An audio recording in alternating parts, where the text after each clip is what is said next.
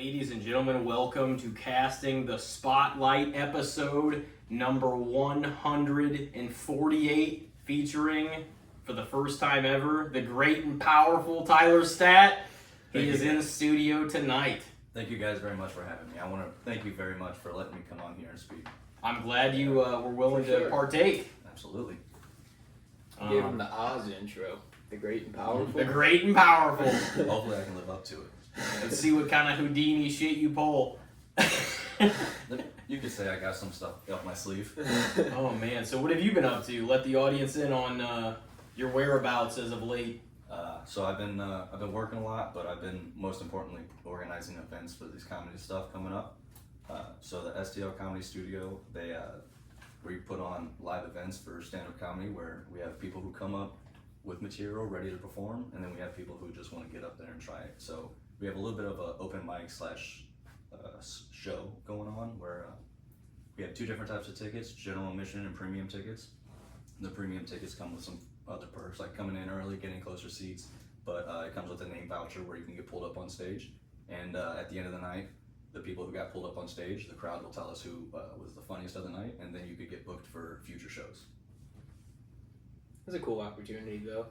Yeah, Gives people a chance, because there's, especially in St. Louis, I feel like there's very limited, open mic settings, especially for comics, because people can go do, I guess you could technically go do comedy at an open mic anywhere, but it's going to be a little different if most people are coming up and singing a song, and then you come up and tell a dick joke, So I know there's more people who know about it, but you have to look for the open mics, and most of the time they're either through the week at 8 or 9 o'clock at night. Sometimes you can go and sign up and not even get pulled up, which there's a lot of people wanting to get out there. Now that comedy is really big, everybody's trying to get involved with it, but it's just something that I've done my whole life, that it's just become natural how I can just organize all these events, get everything together, and just putting on my first event back in June, I got such a good turnaround and feedback that I'm like, this is something I want to do for the rest of my life. So I'm gonna do it regardless, and now I'm just hoping to get everybody else to see what it is and get the word out so other people can come and see local talent, because we have comics from St. Louis, Cape Girardeau, all over Missouri coming to put on a good show for everybody. And the date of your event is? November 2nd, Saturday. Okay, November 2nd. Mm-hmm. Hey, that's pretty close to the election, isn't it? Is there going to be some political jokes? I'm hoping, so that's my favorite part, is I have what I think is funny, and I'm going to tell my jokes, but really having the variety of comics come in to showcase what they think is funny, to really hit all the styles of comedy, because some people are older and think certain things are funnier, and some are younger and think certain things are funnier, and I love all genres of comedy, just like movies, and there's different forms of comedy, and I just want to see people put it out there and see what the feedback is. Mm-hmm. Yeah, comedy's like any other art form. It's pretty subjective, I've always thought that about comedy, people will cancel somebody or get offended over something, oh, this is fucked up. I'm like, okay, but it's also an art. I don't think this person really thinks this shit. And the same thing that could offend somebody could be the most hilarious thing to somebody else. That's just what comedy is. So just being saying what people have in their mind but are too afraid to say it, and that's why the room full of people, if one person's laughing, it gives the other people the okay to laugh, because they're I think it's funny, but I don't want to make other people think I think that that's true, or whatever the case may be. But it's just such a fun. It's what makes it great though is whenever there's regardless, the joke is funny, but what makes it great sometimes is just because there is a shred of truth in it. And if there wasn't, it wouldn't be quite as funny. Right. Yeah. And the joke is everybody gets it and they understand, but it doesn't mean that you go home and hate all these things, that you're talking about, or make fun of it 24/7, or, you know what I mean? I mean, if you go to a show, you're going out to have a good time. Absolutely. And you know what I mean? The whole point of all these people is just making people laugh, not to offend anybody, and just say some, risky jokes that, for instance, I have a lot of dark humor related to family issues, drugs, murder, death, all that stuff that I tell my jokes my way. Some stuff is true, some stuff isn't. So I like to write my jokes football wise. You can't just run the ball the whole time. You want to throw some passes in. So they don't expect it, right? So my truth and lies, like I'll do some truth, and then I'll throw a Hail Mary of a lie that you think it's true, if that makes sense. So it's all about wordplay and puzzles. So that's my favorite part about it, because I could go up and talk 3 minutes and only get one laugh, but my whole point is how many laughs can I get in those 3 minutes. So if you go on YouTube and see the video that I posted on mine, like I feel like I get a lot more laughs than I anticipated, and that's just all I'm hoping to do. Yeah, it is kind of smart, especially, you know, there's, like you said, there's different kinds of comics. Like it's just like any other artist that some are storytellers, some are joke tellers, it just depends. But like when you're starting out and you only have a limited amount of time to be up there too, it makes sense to just kind of want to rapid fire as much as you can at the audience while you have 5 minutes, whatever you have. Well, the 5 minutes that you mentioned, so the grand opening is going to kind of have everybody who signed to STL Comedy Studios to come up and kind of give their own time on stage. And I told them, hey, you have 3 to 5 minutes, you can do all crowd work, you can all do new material, you can do same material, whatever you want. It's basically I'm giving them an online platform and a physical platform just to get their material out, to kind of get comfortable, because repetition after repetition is what makes comedy better. Yeah. Just like, it is kind of weird, you know, because I was thinking, like, whenever you said, you know, comedy, and I was like, oh, comedy's subjective, kind of like art or music or anything else, and then you're like, it's also about wordplay, kind of like music and hip-hop and stuff like that. Like, art all kind of ties into each other. Absolutely. Like, artists are artists, you know, and I think comedy's not really any different. It's another art is expression. Yeah, it's If you see, like, I'm sure you guys have heard of Kill Tony and how that whole situation is. Like, there's so many different kinds, and just it gives everybody a platform just to try it, and it doesn't matter if someone gets offended, because it's just giving it a shot and getting out there. I always thought it was kind of silly too, to like, not that something at, you know, a comedy show may not offend anybody in the crowd, but like everybody's there for a common purpose. They're there to laugh and enjoy themselves and have a night out and everything. Like, if you go to a show willingly, pay for tickets to go to a show, all bets are off. Like, you're gonna hear some shit that you're not gonna hear in everyday life, because that's why you go there. It's an escape. It's to feel good. It's to be, you know. So that's something I really resonate with comedy, and that's why.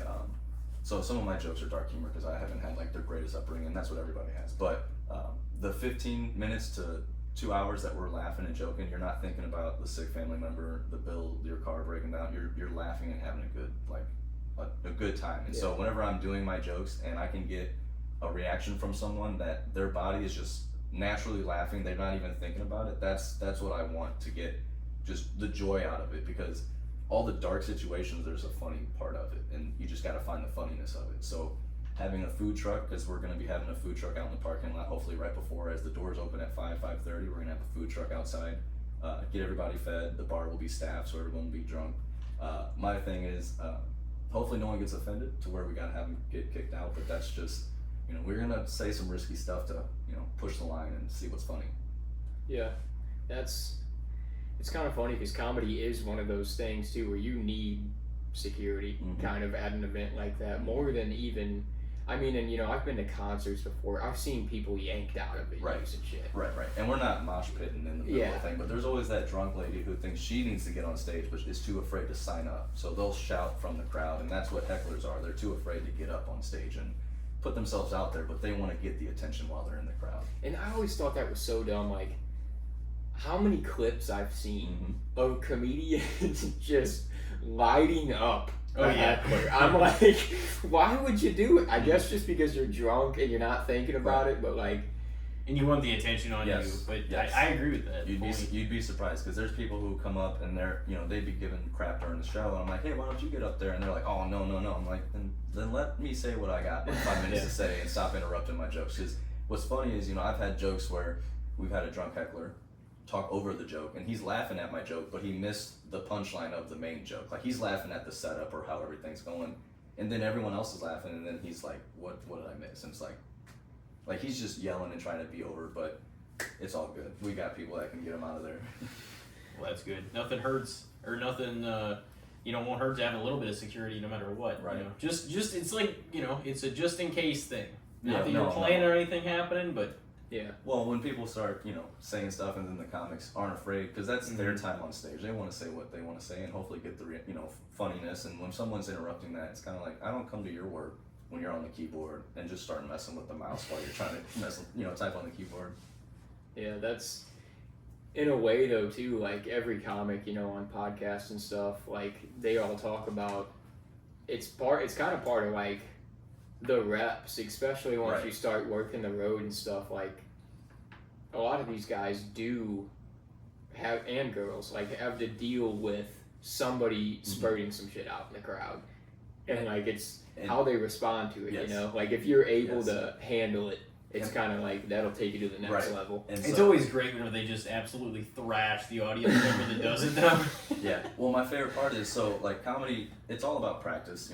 Just like with podcasts or music, you're always doing the same thing to get it down perfectly. So when there's a heckler and you're trying to say something back to them, you can't practice that at home. You can't imagine what people are going to say. So that's why like getting up on stage, doing your material, there's stuff you can't practice for. And that's just repetition, getting up there and someone say something and interrupt your whole set, and then you got to remember where you left off. So just being out there and having people interrupt you and then be able to respond and then keep going back into it, or whatever they say, rebuttal as if that was part of your topic. Like for instance, my dad was in and out of jail, my grandpa was in and out of jail, so there was a person in the audience that shouted, I was at the trial. And like my next topic was about my dad being in jail and stuff like that. Well, I was like speaking of trial and just kind of like playing off of what they wanted, because it's all about just like the show in a sense. Yeah. And like working the crowd, but if the crowd tries to throw you off your game plan, you got to come up with something in return. And it's so fun when you do come up with something so quick and so like you jab them so good, like they can't say anything, and it's just like I always thought it was funny seeing clips of that. I guess it's just because people are, they're drinking, and when you drink, you get more loose. You think you have more confidence, so it just plays into that. Like, I'm gonna fucking say something. And it's the attention. It's the attention, honestly. Like, comedy. There's one person on stage with the mic, and no one else is talking. So it's like you want that attention. Now it's how do you want to take it? Do you want to take it in a negative way or a positive way? And some people in the crowd just want to put the direction on them because they may pay for it, but they're like, well, I can do the same thing. People are always like, well, I can do that. Why is he getting paid to do it? But then when you get up there, you're like, it's a little bit tougher than you think. So organizing the lighting, the food, the venue, getting the comics timed up, getting the music and the audio, everything is very overwhelming. But there's nothing more fun than I ever think of doing than getting this together. Oh yeah, and not only do they not think about that the amount of effort it takes to do all those things, but like very, very, very few people out there like have the guts to go up in front of an audience, whether it's giving a speech, whether it's being funny in a comedy show, whether it's being a pro wrestler in front of a whole ass audience. Like most people are afraid of crowds. Like they really don't. And I'm not shaming anybody for that, because it is a minuscule amount of people that actually are comfortable there. Yeah. Some people are more comfortable in front of complete strangers and getting that adulation, that attention, than they are in everyday life. Like their regular social interactions are weird to them. They have to be in front of a crowd. Well, it's funny you say that. My first setup, my first event, it was in front of like family and friends. I kind of gave myself a safety net. Like I wanted to tell jokes that like strangers might not get, but like a family relative might get the joke, and it worked out. But now I want to go for the stranger joke. I want to get someone I don't know to laugh, and people that came to the show were strangers and they still laugh. So now I know, all right, even if you don't know me, the jokes that I have structured kind of tailor to everybody. But yeah, that's a good way to, I feel like, approach it for sure. Yeah. Keep it more open. Yep. It's kind of smart though to like let the material out the first time in front of people because that way you're kind of comfortable. Then you can kind of like, and it also it gets your timing down a little more. Like how to tell the joke, because you can write a joke down, or just same with us. Like we did backyard wrestling when we were in high school and post high school and stuff, and we drew some big crowds there for a moment, and it's like you don't want to. The first time you do the move, which we did for a while, but the first time you do the move, you don't want it to be in front of the crowd. Right. You want to get some practice in. And so that's why like doing it in front of a crowd, it was like, all right, I embarrassed myself in front of these people enough that like I can't say or do something that isn't gonna, make them laugh already. So the jokes I had was kind of like they were to them, but also to everybody. And it was kind of like, all right, I kind of got my feet planted and kind of see what it is. And I'm really excited to go bomb. in front of a huge crowd. And that's the thing too. It's like at the end of the day, the people that are complete strangers that you've never seen before, maybe not ever see again, depending on hopefully they come back and stuff. But if they do or they don't, like, what do you have to lose? You don't know them anyway. It could work out. Best case scenario. But the worst case scenario is you're in front of a ton of people. No one's saying anything, and you're just like, oh my god, what did I think I was doing? So I want to bomb just so I can like get that under my belt and feel that uncomfortableness. But I'm so excited to go out there that if my joke bombs, I know I got another joke that might not bomb, and that's all. People are scared to get up there, but once you get up there, it's kind of like. It's just another conversation with another person. What is your level of nerves at this point in doing it? Like, do you get a little bit of nerves, but not enough to make you unsettled completely, or are you like sometimes you're in the back and you're just like, fuck, like this is making me really nervous to go up there, or is it just? Because I almost feel like the best place, just theorizing it from my shoes. Mm-hmm. I feel like the best place would be like. To be a little bit nervous, but because if you're too sure of yourself, then it could really be a train wreck too. Right. You know what I mean? So I'm sure with you guys having the wrestling experience, you're kind of like, all right, there's a lot more people than I thought were showing up. Mm-hmm. I hope I don't miss something and mess up completely. So I'm definitely nervous all the time, considering what's going on and all the eyes will be on me. But I have like anxiety like all the time. But because of the medication and going to the gym and everything I'm doing, I feel like I have control of it. And so. Every time I go up there, it's just kind of like the way I have my mindset is if you show them that you're scared or you show them that you're nervous, it's over. You're done. So you have to go out there as if you've done it a million times, hundreds of times. You've practiced this hundreds of times. Even if you've practiced it once or twice, you got to go out there as if you've done it 100 times. And that's the only thing, like, I just don't want to go out there and then my body not work with my brain. So like I don't smoke, I don't do anything. I go up there, clear mind. So like, if someone responds in a way that like, I want to fire a joke back, I'm not delayed in any way. I can give them that response where like going up there the first few times, I had a paper or something, you want to kind of like, okay, if I get off track, I know where I'm at. And then once you get up there, you're kind of just going in the rhythm of it. And once you start, like the material, you wrote itself. You did all the hard work, or you should have already done all the hard work before you get on stage. At least some stages you are working the material there, but in theory, you've done the same thing, you've said the same thing, and you can have control over it. You can say it a certain way to where people will respond, and you can try new things. And so going up there with nerves, you're gonna shut down. You have to be like in control of the whole thing. Mm-hmm. I've actually, sorry, I don't mean to cut you off, but the first event I had somebody who was a comic who's had stage time and all this stuff, and then like the week before the event, messaged me and told me that they can't do it because they've been having anxiety attacks. So I had a comic drop out like the week of the show, but I hope they come back on. There was no bad blood or nothing. I just was like, hey, is there any way we can make it easier for you? All the people coming, it shouldn't be too, stressful or nothing, but they can get the best of you. That's for sure.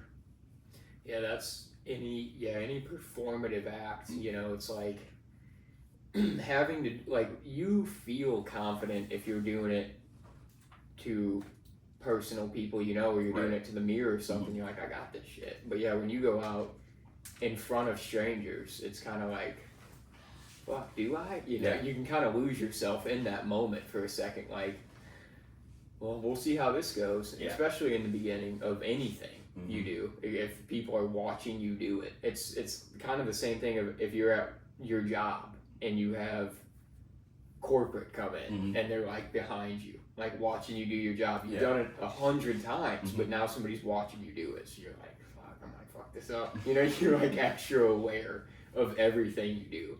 Yeah. But, like all the comics and podcasts say, like all the great ones that make it to that next level, they all have horrible bombing experiences. Yeah, even if they're famous. So that's like, and I'm not trying to be too, over cocky over a few videos I've had and the feedback that I've gotten, but like I'm always showing people I don't know just to see, like, tell me I suck. Tell me it's not funny, because most of my jokes are kind of tailored to everybody, and I want to see someone watch this and not smile, because if I see you smile, I got you. Like, you might not have laughed out loud, and I had people who I don't have the best relationship with watch these videos and still verbally laugh out loud, and I'm like, oh cool, I got you. And so it's different, like going up there and putting yourself on there, but like what you think is funny might not be what the other people are funny. So that's the part that's scary. But my favorite part about it is you don't know until you get up there, and the material you're working on. I still have jokes I'm working on that I think is finished, but they're not. You go up on stage and you say that same joke, but you might say 2 words different, and it's like, I like the way that's delivered, or I like the timing of that, I like the way that was worded. So everything's like a work in progress. But when you're working on a new joke, you have nothing to go off of. You have no base. If you're saying the same joke, you know that type of person is gonna laugh. But if it's a whole new joke, you don't know who's gonna laugh at this. You're just kind of hoping. So I almost like that drive to find out like if I'm bombing or not. And I'm hoping to bomb, honestly. I know it's bad to say, and it's almost kind of like you're putting it in the air. Yeah, you know? Yeah. Hey, if I bomb, that's fine, because I'm gonna come back out. I'm gonna tell another joke, and it should land. If not, I'm gonna keep coming back out, and they're gonna be sick of me, but they're gonna be like, all right, at least he's trying. That's all. That's all. It's all about the reps. As one man that's been on this podcast once said, "Be undeniable," and that was Evan. Yeah. So, which means even if you bomb, eventually they're gonna have to accept you no matter what if you keep working on your shit and come back out. Come back out. The amount of passion and effort I've been putting into this, I've been telling people, things fail, but this can't fail because of how much work and attention to detail I've been putting in it. So if you go online at stlcomedy.square.site, you can get our tickets, read over what the event's gonna be and what to expect leading into the next year, because in November 2nd, it's our grand opening. We have 100 tickets available right now, hoping to sell out more. We have the food truck, the bar. With the website, you can go on and see what all comes with each ticket. We're gonna hopefully have a merch booth with t-shirts, stickers, and posters as well. But starting January of 2025, we're gonna put on a show once a month, showcasing all comics all over Missouri. That's kind of cool though, that it gives comedians another avenue to kind of like another spot to kind of come work stuff out. Right. We're not everyone's in competition. There's a whole bunch of different brands of bread, but people still go by, their own type of bread. Yeah. There's other comics, there's other venues, there's other people putting on like Kill Tony. People are going to say this is similar to that. And all I can really say is I just want to be more involved with comedy. I'm not trying to rip off anybody else. There's other places you can go to do open mics, but I feel like there's only a few available in St. Louis. You have to go to Texas or New York or LA, all the big areas. Yeah. Whereas I just want to be involved with it, and I don't want to have to move out of Missouri. So I'm just trying to give more people a chance, and I want people to reach out to me. I have a thing on our website, on all of our social medias. We have an Instagram and Facebook that, with our emails. So people who want to get up on stage or even have material to reach out to us to, send us your stuff so we can figure out when we can book you.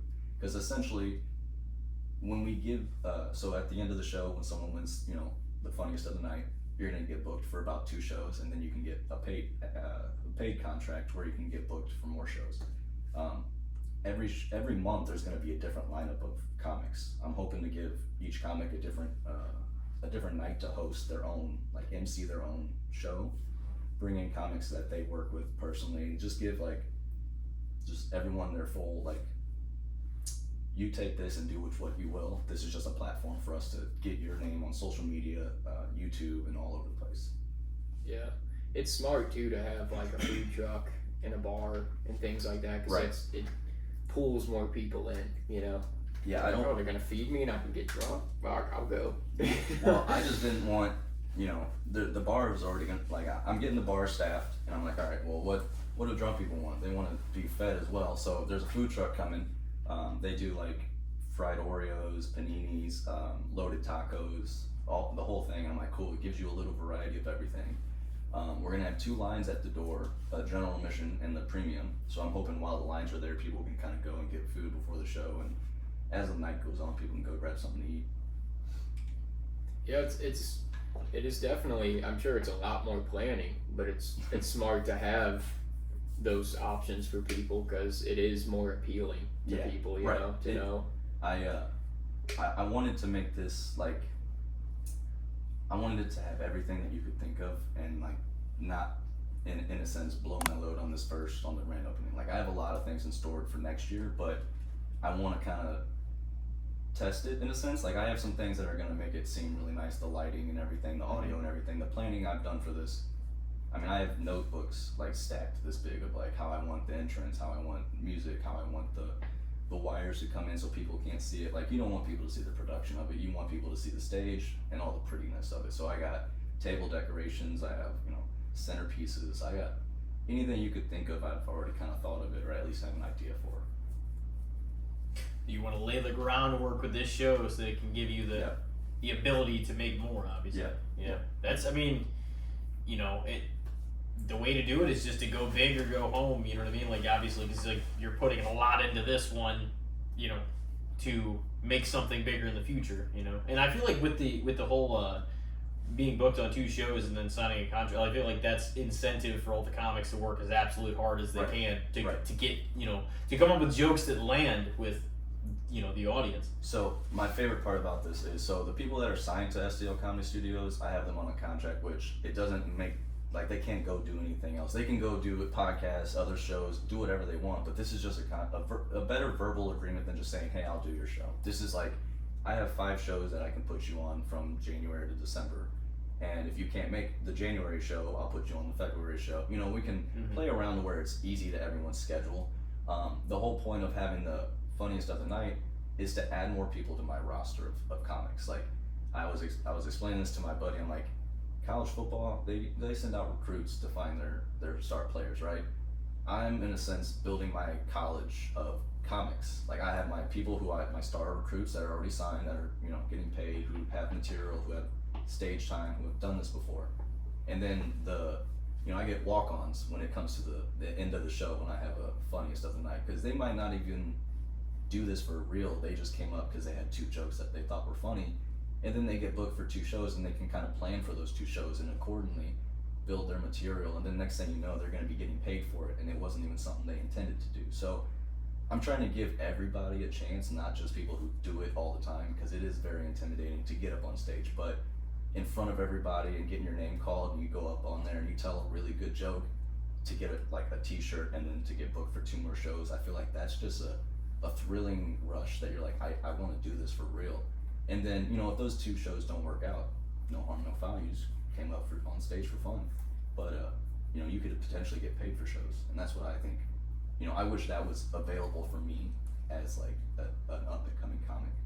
Mm-hmm. Yeah, I feel like, too, people, like, if they're really wanting to try it, they'll be a lot more likely to buy the premium just to potentially get a chance. Right. Like getting their name called and getting up there. There was many reasons, because there's less premium tickets than there are general admissions, but also, like, if I call someone on stage, I don't want to like say it 4 times and they're way in the back. So more than likely, it's also just like, if I say someone's name, they're within distance of the stage, so it's like timing wise to help get them on stage too. So there's other incentives and stuff like that with the tickets, like we have some free stuff that we're going to be giving out and stuff like that too.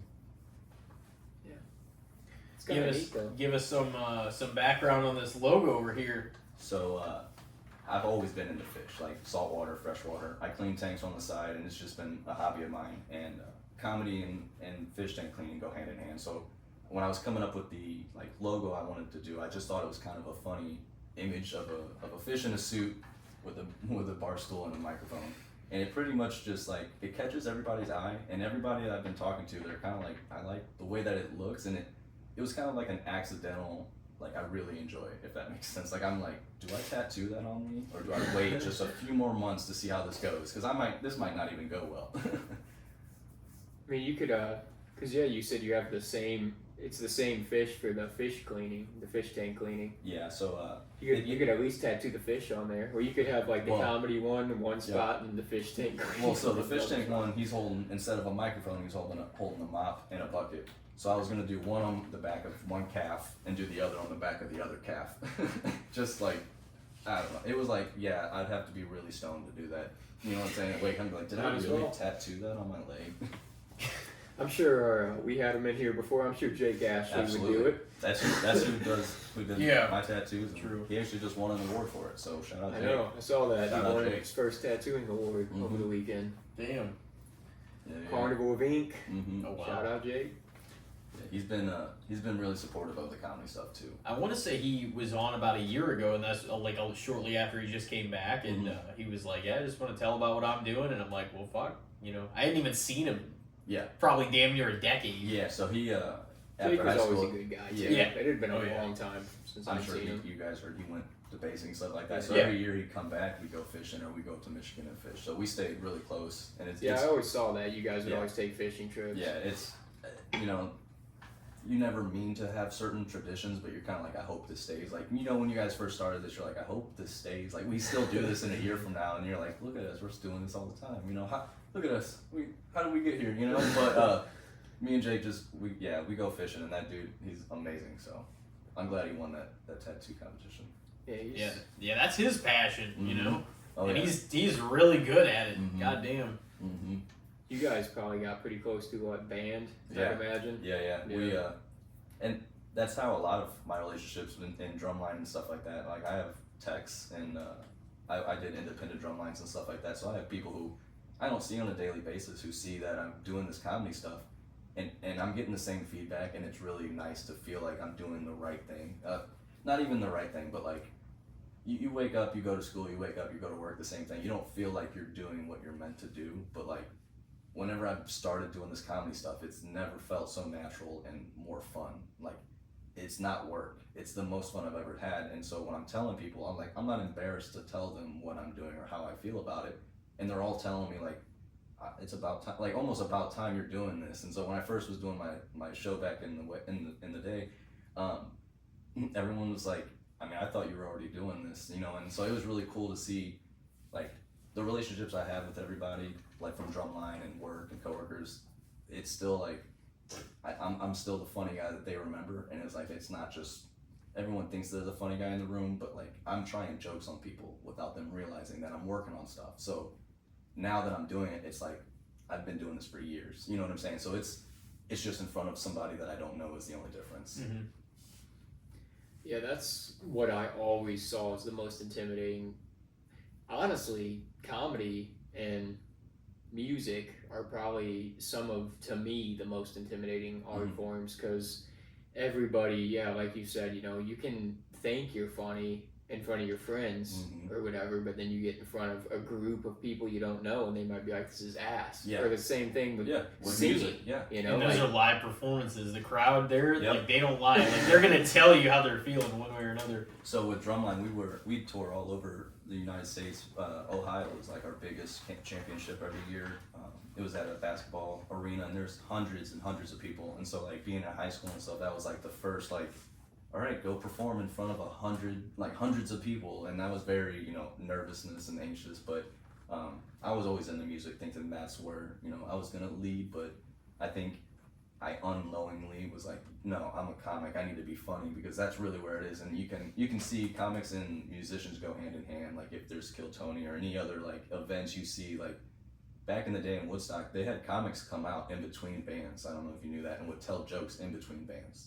And so, like, keep the crowd lively. Yeah, well, if they're getting a little crazy, kind of try to die them down before Fred Durst. Hey, go out there and rip this fucking crowd apart. Yeah, before Fred Durst comes out, does break stuff. But no, it's just so fun to get people out there, and when you're laughing and getting other people laughing, it's just like everyone's in a good mood. So it's just like getting everybody in the event, hoping to do this every month, is like to just build a momentum, and then eventually getting to our own venue. But right now we're just going different venues around St. Louis. We're kind of renting and getting our feet planted in like the comfortability of setting up and breaking down the whole show.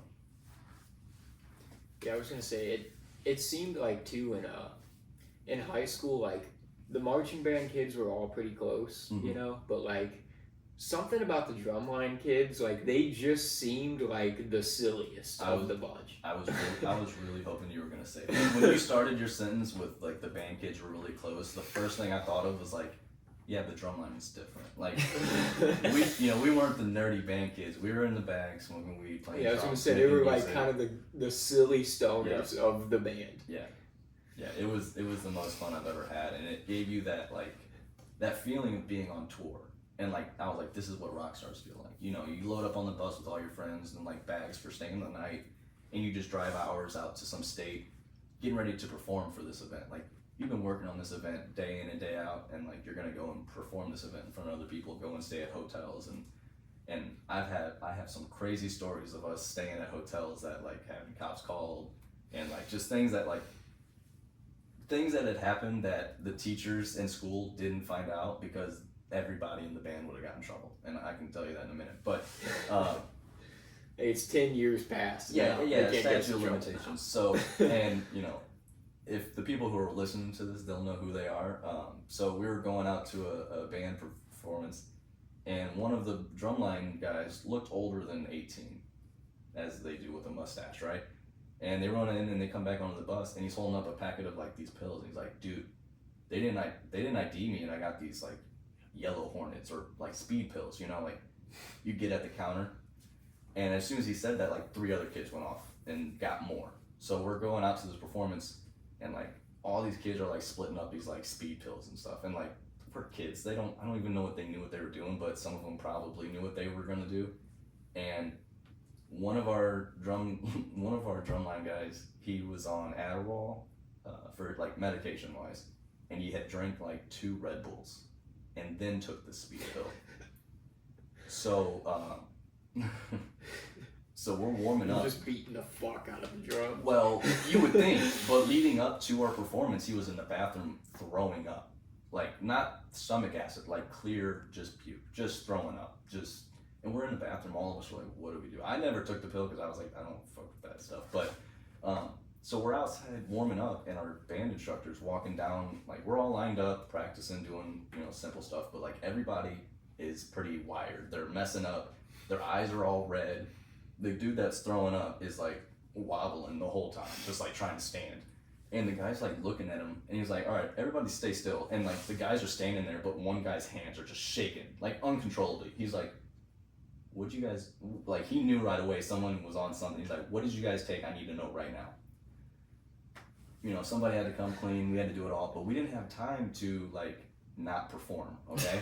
So basically it was kind of like you were grounded by your mom, but like you still had to go do something fun that was scheduled. So like you had to like go and not be happy, but like they were mad at you, like you're playing with something. So like we go and set up, and like they have a time thing where you set up, you go out there, you have to roll all your stuff out there, perform, get it off in a certain time frame. Mm-hmm. A lot of choreography and the stuff between, and we're running around, and our mat was just blue. And there was a certain point where we're supposed to turn, and if you make any error, it's like, you know, that's a point off. Well, I had slipped, and I was like, the band director's gonna kick my ass just because of everything leading up to it. Well, I didn't realize that when I had turned around, the guy that was like throwing up in the bathroom was throwing up performing, and we had masks on, so there was a little hole slit through your mouth. So he's standing there and just vomiting through the hole of his mask, and it's on the floor. Well, I slipped on his puke. I didn't know that. At the time, I thought I had messed up. Well, I'm like, as I'm like performing, everything's like clicking in my head. All right, so he's puking. I slipped on his foot, or I slipped on his puke. What are we, like, as it's going in time frame, and I'm turning, and guard, which are like, they dance and do all the fun stuff. This poor girl was slipping in his puke and couldn't get up. And like, we got points for that God. Because they thought she was meaning to do that. Where she was trying to get up, but just slipping. That's a performative act. Yeah, we got points for that. And so, you know, at the end that was good, but in the moment I'm like, oh, that's not good. She's not supposed to be doing that. And so we get done. I mean, there's just, the whole thing is covered in like clear, it looks like slime. Like no one knows he's puking, but we do, because I can see him on my peripherals. He's just like looking down, it's just like, and just like vomit. So we get off, we like roll it up, and we like go into the other gym, and the band teacher ended up making that guy like mop the entire thing before we had to like leave for the bus. And it was pretty funny. The teacher, nobody found out until we came back. One person got in trouble, but it was like, I feel like the band teacher could have gotten in trouble because he allowed it, but he ended up calling that gas station and getting that lady fired for selling pills to underage kids. The lady's probably like, damn it, dude, I'm here working a minimum wage job, and you're gonna these dumbass kids come in here. I mean, honestly though, she could probably get another job at a gas station. So, oh, if we're being real, yeah. I mean, unless she was like the manager, you know, fuck. No, obviously she wasn't IDing, so she wasn't there that long. Yeah, or maybe it was just. We had those, I don't want to get the specific gas stations in trouble because they might still be doing it, but we grew up in a small town, all of us, and we would know the spots to go. They'd be like, you can get booze or cigarettes or whatever the fuck from this spot because they're not going to card you. Hillsborough and Festus and like different spots that just what people are listening from Hillsborough. There's like 3 gas stations here. Who the fuck was it? And they're like, don't say my name, don't say my name, don't say my name. Yeah.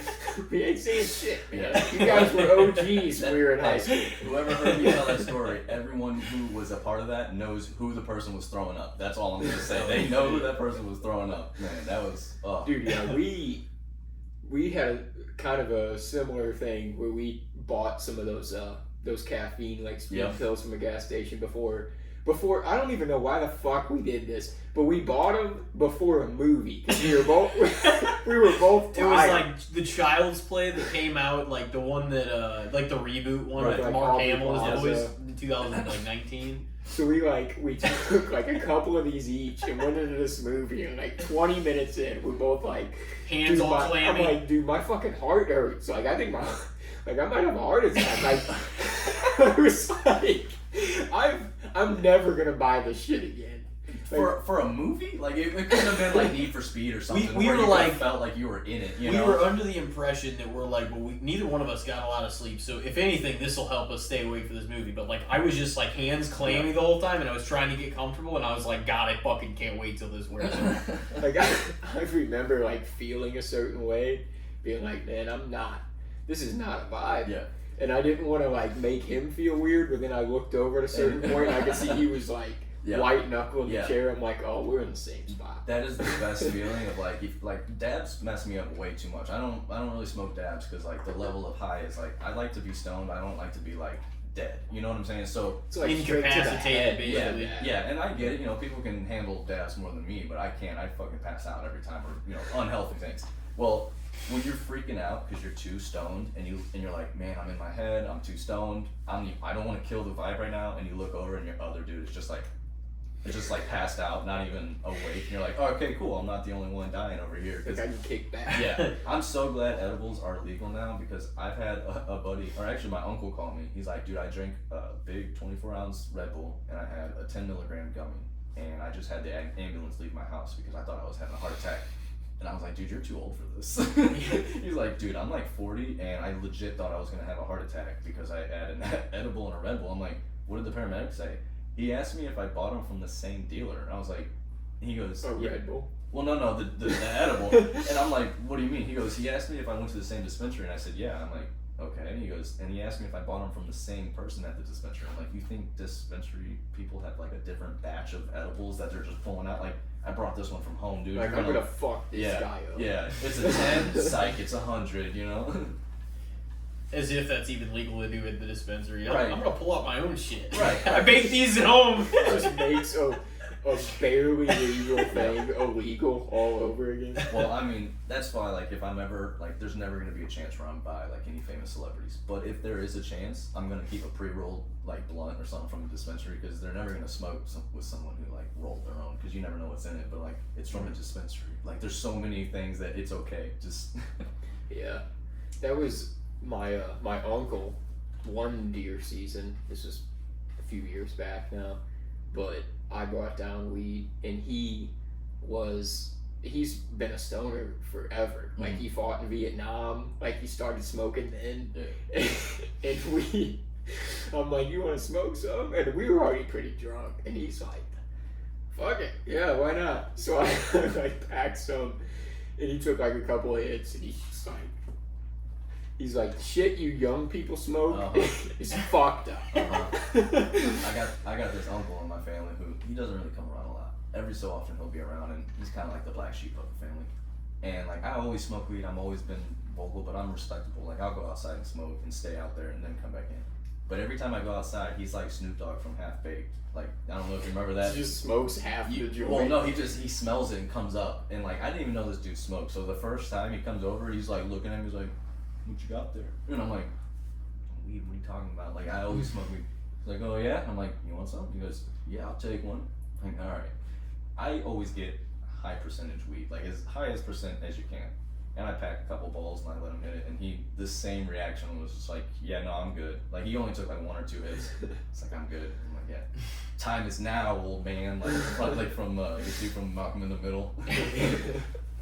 They were like smoking like grass and twigs and shit like that. Yeah, that's what my uncle even said. He's like, dude, yeah, I've been buying from the same old guy for a long time. Yeah. He's like, and now I'm smoking like Panama Red and shit. He's like, this is the shit you guys are smoking is like ridiculous compared to what we had in like the 60s, 70s, 80s. You know? I mean, I used to spend like $60 to $80 just on like an eighth of weed, and I would have to drive 45 minutes and go meet some sketchy guy up in the city, and like now I can just go into a drive-through on the highway and get a bag of weed that's cheaper than what I used to spend it on, and like life is great. It's as easy as getting fucking Taco Bell. You know, you can just. Yep. It's kind of funny though, but it does kind of like.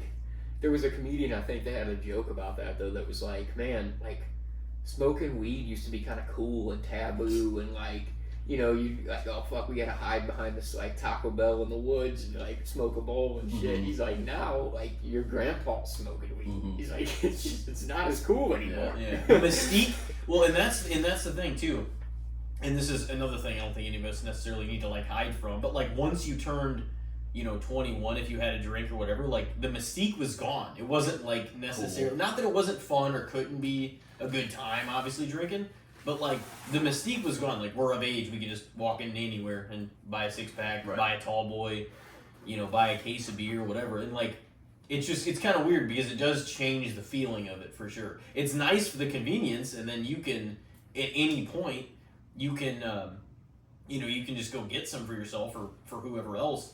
Pick some beer up and stuff, but it's like, it's also, that weird thing where you almost had to hide it or kind of be sketchy about it in a way is gone because it's legal. Well, like I don't drink. I've never drunk. Like I don't get drunk. I don't. It's just never been my thing. I always smoked weed, so I always felt like the stereotype of being a stoner was very bad. But like I worked my ass off to like when people find out I smoked, they're like, oh, I didn't even know you smoked weed. I'm like, that's kind of the point, because if you knew I smoked weed, you would have thought differently of how I worked or how everything would have been. Yeah. But now it's not as bad looked at, and it makes me feel better to be like, oh, I'm not hiding behind something to where I feel like a bad person, because I'm like, everybody would go into the gas station and get a 6-pack of beer, and like I just don't drink, so it's like I can go into a gas station and get a 6-pack of joints, and now I can, and it's so great, So I didn't have to wait as long as some of these old people had to wait to, for weed to become legal.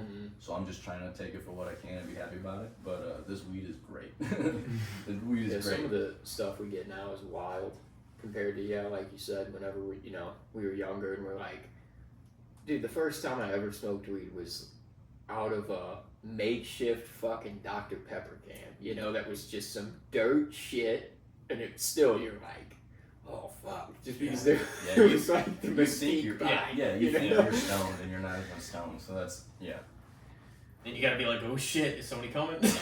I kind of remembered that about you though. That's why I even told him before, because I brought over some whiskey and stuff. I'm like, I don't think Staat even drinks, because I remember you coming to a couple of the parties at Tyler's, because you were like in Raintree at the time and stuff, and we would have copious amounts of alcohol in the house, and you would come in with your tray, and you'd just sit at the table, just be holy shit. Anybody want to come outside? Like, I'm just trying to roll a blunt, I'll be outside. Yeah, that's my favorite thing. Like, everyone was smoking stuff, and like, not a lot of people will bring it, and like, I don't care because I'm gonna have it on me, but I'm not gonna be stingy and like hold it to myself. You know what I'm saying? But like, if I get a weird vibe from you, I'm not gonna tell you I'm going outside. You know what I'm saying? Like, if we're cool, I'm gonna be like, hey, let's go, and then we'll go outside and smoke. But if someone's like, hey man, you guys going outside? I'm like, nah. You almost have to talk, like, if you're at a party, which I don't think, we'll be at parties like we were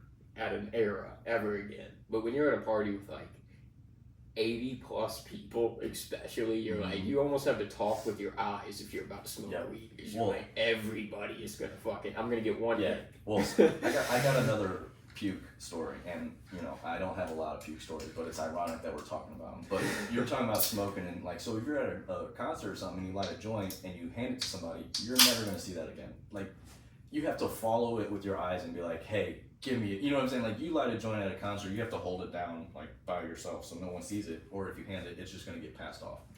Well, we were at a concert, and my buddy who drinks, he didn't want to spend a lot of, money on beer at the bar or at the event and whatnot. So it's like $15 a beer. Right, and I totally get it. Well, there was a bunch of random, those little penny shots, like Kinky and 99-cent shots, all that stuff, like variety in the car. And he just started taking them before we go inside.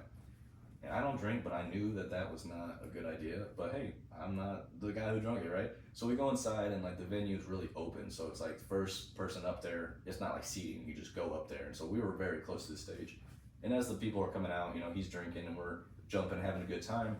And I the person we came to see came out. And right before he came out, I look over at him. And when they give you water bottles, they don't give you the lid, so you don't fill it up and throw it. It's just like you have to drink what's in it. You can't, And I look over and his mouth is full, like, and I'm like, and he's pointing at my water, and I'm like, okay, and I hand it to him, and he just like throws up, like puts the puke in the bottle, and like fills the bottle halfway up with puke, and I'm like, dude, you held that in your mouth way longer than you should have. Like, you tasted that puke for sure. There's no way. You tore the fuck up out of your teeth with that acid. Oh my gosh, like I was just like, oh, but I was like, okay, and like, we're jumping and having a good time. He got it out, and he sets the bottle down by his feet. And, we're doing our own thing, and, like, I knew when he set it down it was going to get knocked over. Well, it got knocked over, and there's puke all over the floor. And this isn't clear like the former story. This is, like, food puke, like, chunky and all that stuff. All How over do the you floor. even get that in a little fucking... Yeah, that's what I was... Listen, I was very impressed because it wasn't spilling or dripping. The little hole. Just Yeah, like and it was pursing his lips. It was like an Aquafina bottle too, so it was like a very pretty, and he literally, his cheeks were full of puke. Well, that's fucking rough. It's dark, and the first thing I think of, I was like, all right, so if this puke gets knocked over, everyone's gonna smell it, right? Well, prior to him puking, we were all smoking joints with these guys around us. We were in Colorado. Like, we went to Colorado to see these people. It was 3 6 Mafia. It wasn't in Missouri, you know what I'm saying? So we're smoking with people we don't know. We're talking to them, and then after he throws up, nobody passed us to join anymore. It was like, all right, looks like we can't smoke no more. Good thing we brought our own. But so the people around us knew he threw up, and like they kind of like kept their distance, just because like it's kind of like, all right, you throw up, that's a party foul, but like, whatever. Well, the people we came to see came out, and it starts to get like, you feel everybody push up closer to the thing because they want to get closer to the people. Well, I didn't want to step in the puke, but I feel these two dudes tap our shoulder. And we both look back, and they're like, "Hey, can we get in front of you?" And we're like, I swear, we both like look at each other, and we're like, so they get in front of us, and they're just dancing and like stomping, all in the puke, just straight, like you think they're like shuffling all up in this puke, right? And I'm laughing at that, like I cannot, like I don't even care about the performance. I'm like, these people don't even know they're dancing in puke. It gets better. Juicy J is very crazy. He's like, cut the lights on. Let's do a mosh pit. And at the time, I was with a person, and like I felt like every person who was in a couple like locked eyes when he's like mosh pit, and because all the other people's girlfriends and stuff are real short. And I look around, and all of them are like, no, like we're not about to mosh pit. So we're like moving to the edge, away from the mosh. Dude, I hate that shit at a concert. Honestly, I it's kind of a vibe crusher. It is. If I'm in the middle of the fucking crowd and you start calling for a mosh pit and I don't want to participate, then I'm just fucked. Right. Well, that's what's funny is I wanted to get out of it.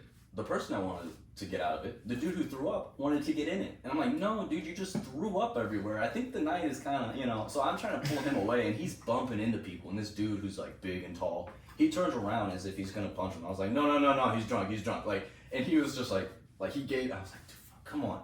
So as like I'm pulling him away, the mosh pit starts to go, and everybody is falling in the puke.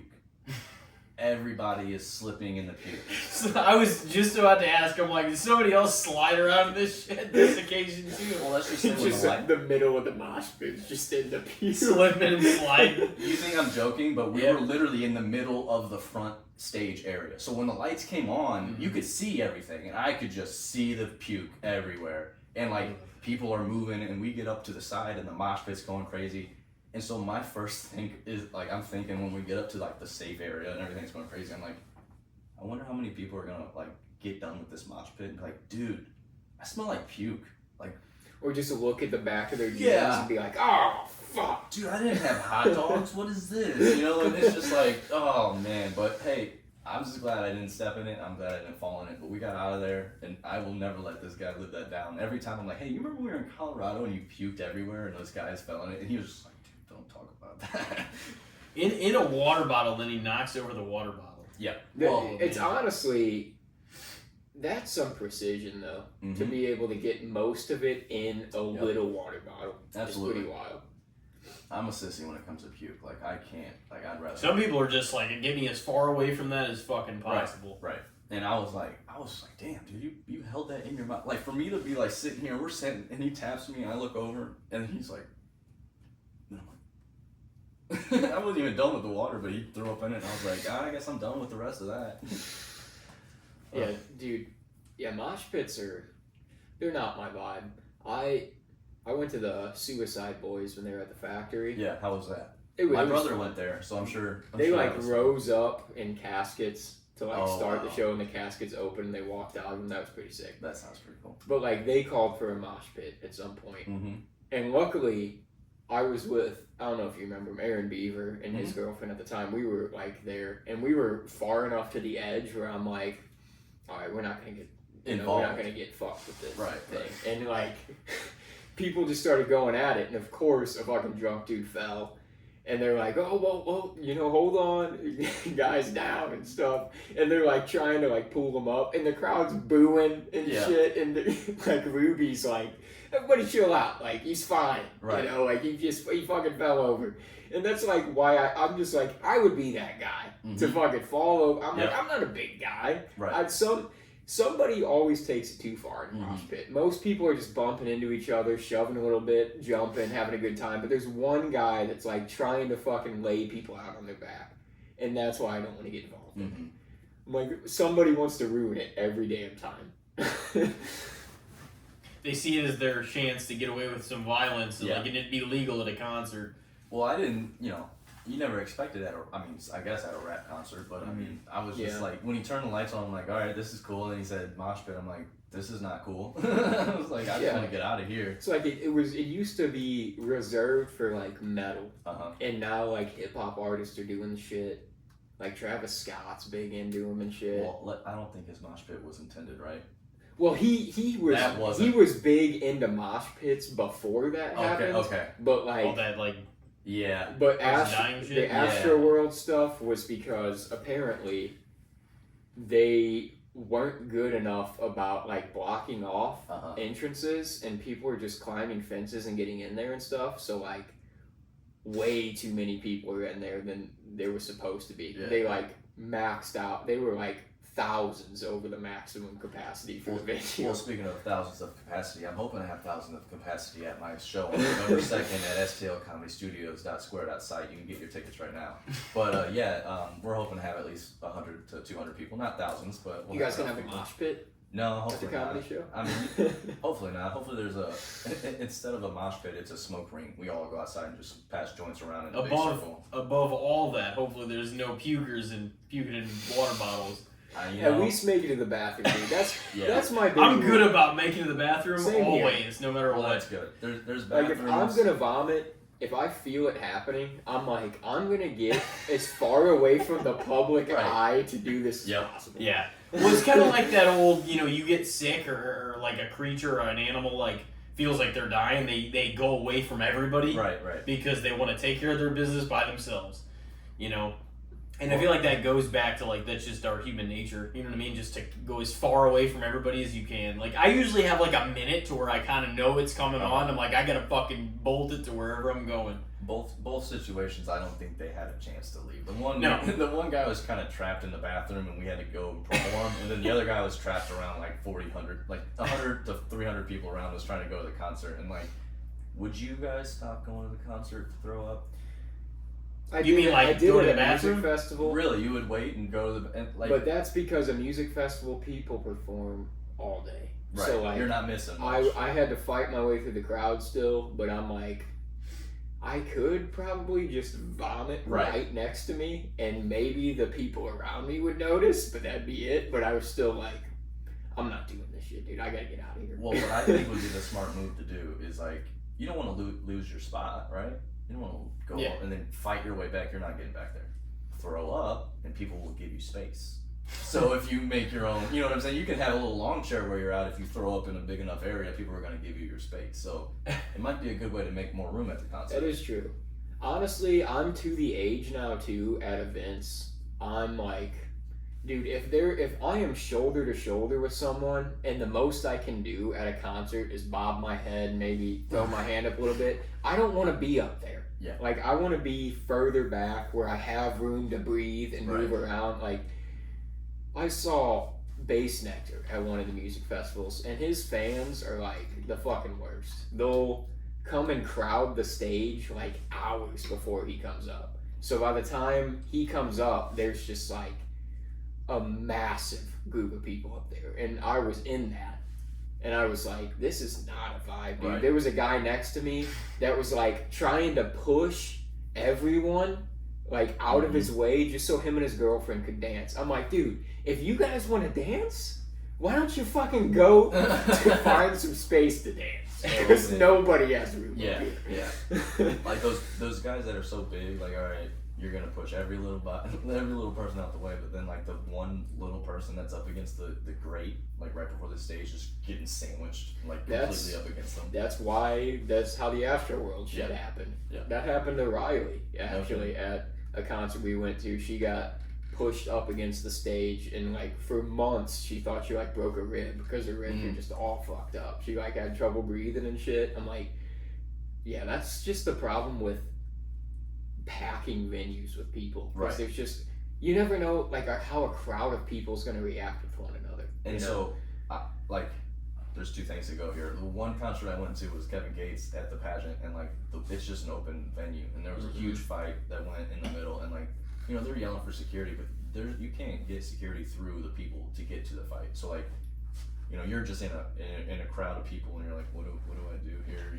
You're hoping you don't get involved. That there would be I don't know why, but it makes sense there'd be a fight at a Kevin Gates concert. Right. Now, at our venue, with having the seats up front and then the general admission kind of open seating, we're hoping nobody is bumping and fighting and all that stuff like that. So. Yeah, because you guys also looked like you had like kind of like tables and stuff set up for general admission, so that at comedy too, it definitely helps. Like, you have hecklers and drunk people and stuff like that still, but you don't have people that are like typically outlandish to the crowd around them. They more or less will pick on the performer. Yeah. and so the performer has to get a tougher skin and hopefully come back with a smart joke. And so some of these people that are already coming up aren't going to have that much experience, but throwing them out there to the wolves in a sense is going to give them that experience. The nice thing is like most of the time everybody else is just there to enjoy the show. So like even if one person out of 100, say there's 100 there, the crowd's going to be on your side. When you cut them up in front of everybody, they're just going to think it's hilarious, and that person's going to shut up. Because it's just like, and if not, we'll take your ass out. And that's my favorite part. I'd be like, all right, cool, thanks for your money. You guys have a good one. You know, did you hire some security that looked pretty intimidating? Yeah, I got some guys that, you know, they're definitely taller than me. That's all I care about. If they're taller than me. It's like if you're tall and a little wide, you're hired. And it's almost kind of like, you know, with the crowd, if they're killing the vibe, everyone paid money to come see the show. Yeah, no one wants to it's the same as somebody talking loud in a movie theater. Exactly. You're like, everybody else paid for this movie, so shut the fuck up. And like, it's the exact same thing. Exactly. We're gonna be like, hey, you know, it's all fun and games. Maybe rip you a little bit, but all right, kind of tone it down.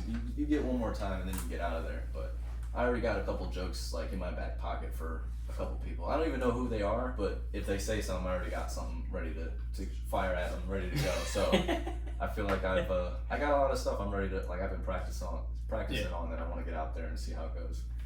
It honestly, it seems like it would be fun. Like, it seems like comedians, when they get a little more seasoned, they like almost seem like they have material ready for a heckler, they're like, they'll be in the middle of a joke and then somebody shouts some shit out. Like, I've seen so many clips of this, like, who said that? Yep.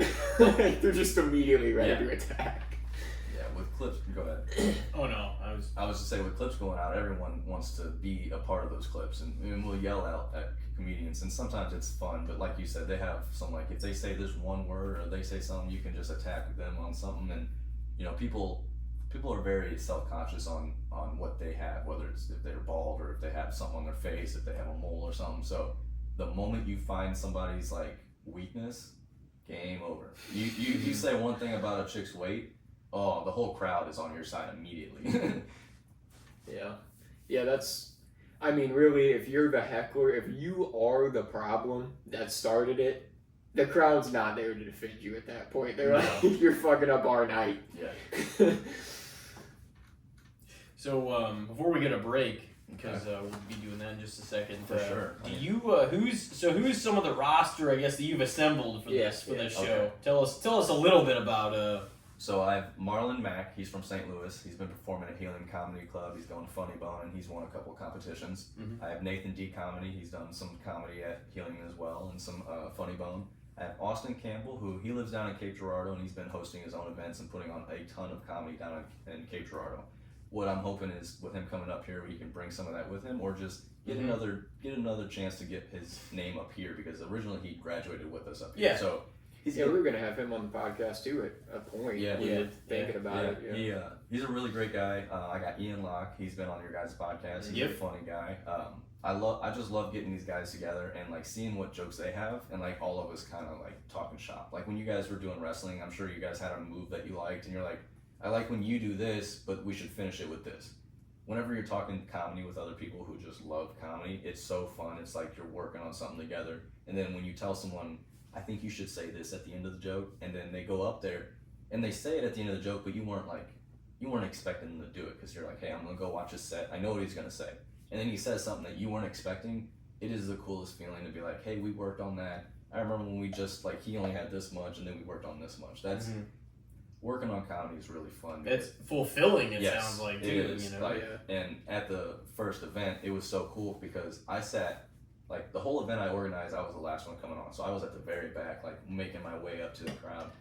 And I seen Ian perform, and then the next performers were like behind the crowd. So like I got to watch Ian. I already knew his jokes, but he said some stuff I wasn't expecting. And the wave of the joke come all the way back to me. Like I saw the crowd react, laugh, and then the comics behind them laugh and react. And I'm like, that was really, like for me to be in the back of it, I was like, that was a really cool experience. So watching other comics laugh at other comics is even funnier because it's kind of like inside baseball. You know what I'm saying? You know certain things, you know the setup, the timing and stuff, but when you get another comic to laugh, it's like, oh man, like it feels different whenever it's just somebody versus someone you know and you make them laugh. It's really cool. Mm-hmm.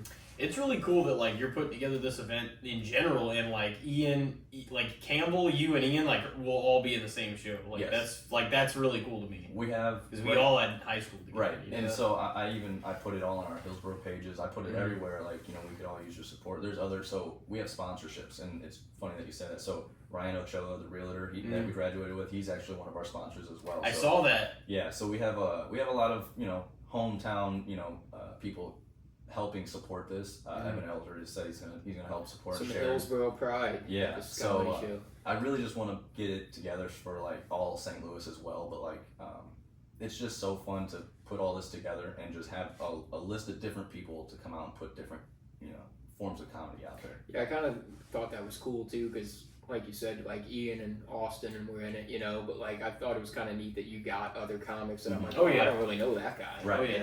So I'm hoping, because everyone else has their own followings, their own friends, so I got some people from St. Louis and like a little bit of everywhere, and I'm still getting people reaching out, so I'm kind of like doing some homework on what their material is and kind of like seeing, all right, this is funny or not, but giving like someone who is a fan of Ian might not know Austin, and I know this is it's not that, but and then we do the show and then they see Austin up there and like, I really like Austin, and then they start following Austin. So it's really like, I'm trying to promote this just as well as everyone performing wants to promote this, because I help you if you help me, in a sense. Like we're always trying to get up here and just get more eyes on everything. So with you guys allowing me up on here to get my word out there, I really appreciate it. So let's see, you'll bring your listeners and your people on to like to see, oh, what's this podcast? You really listen, And so I'm like, that's why it's it helps. Like Austin's been down there for years and everything. So that is honestly really cool, because he's been establishing himself down there. Right. And so the hope that he'll bring some of those people up to come see this show is like a really cool thing, because it's like he's in a different area. He's not typically in the St. Louis area doing the comedy. comedy. And I'm trying to bring everybody all over just to like be a part of it, because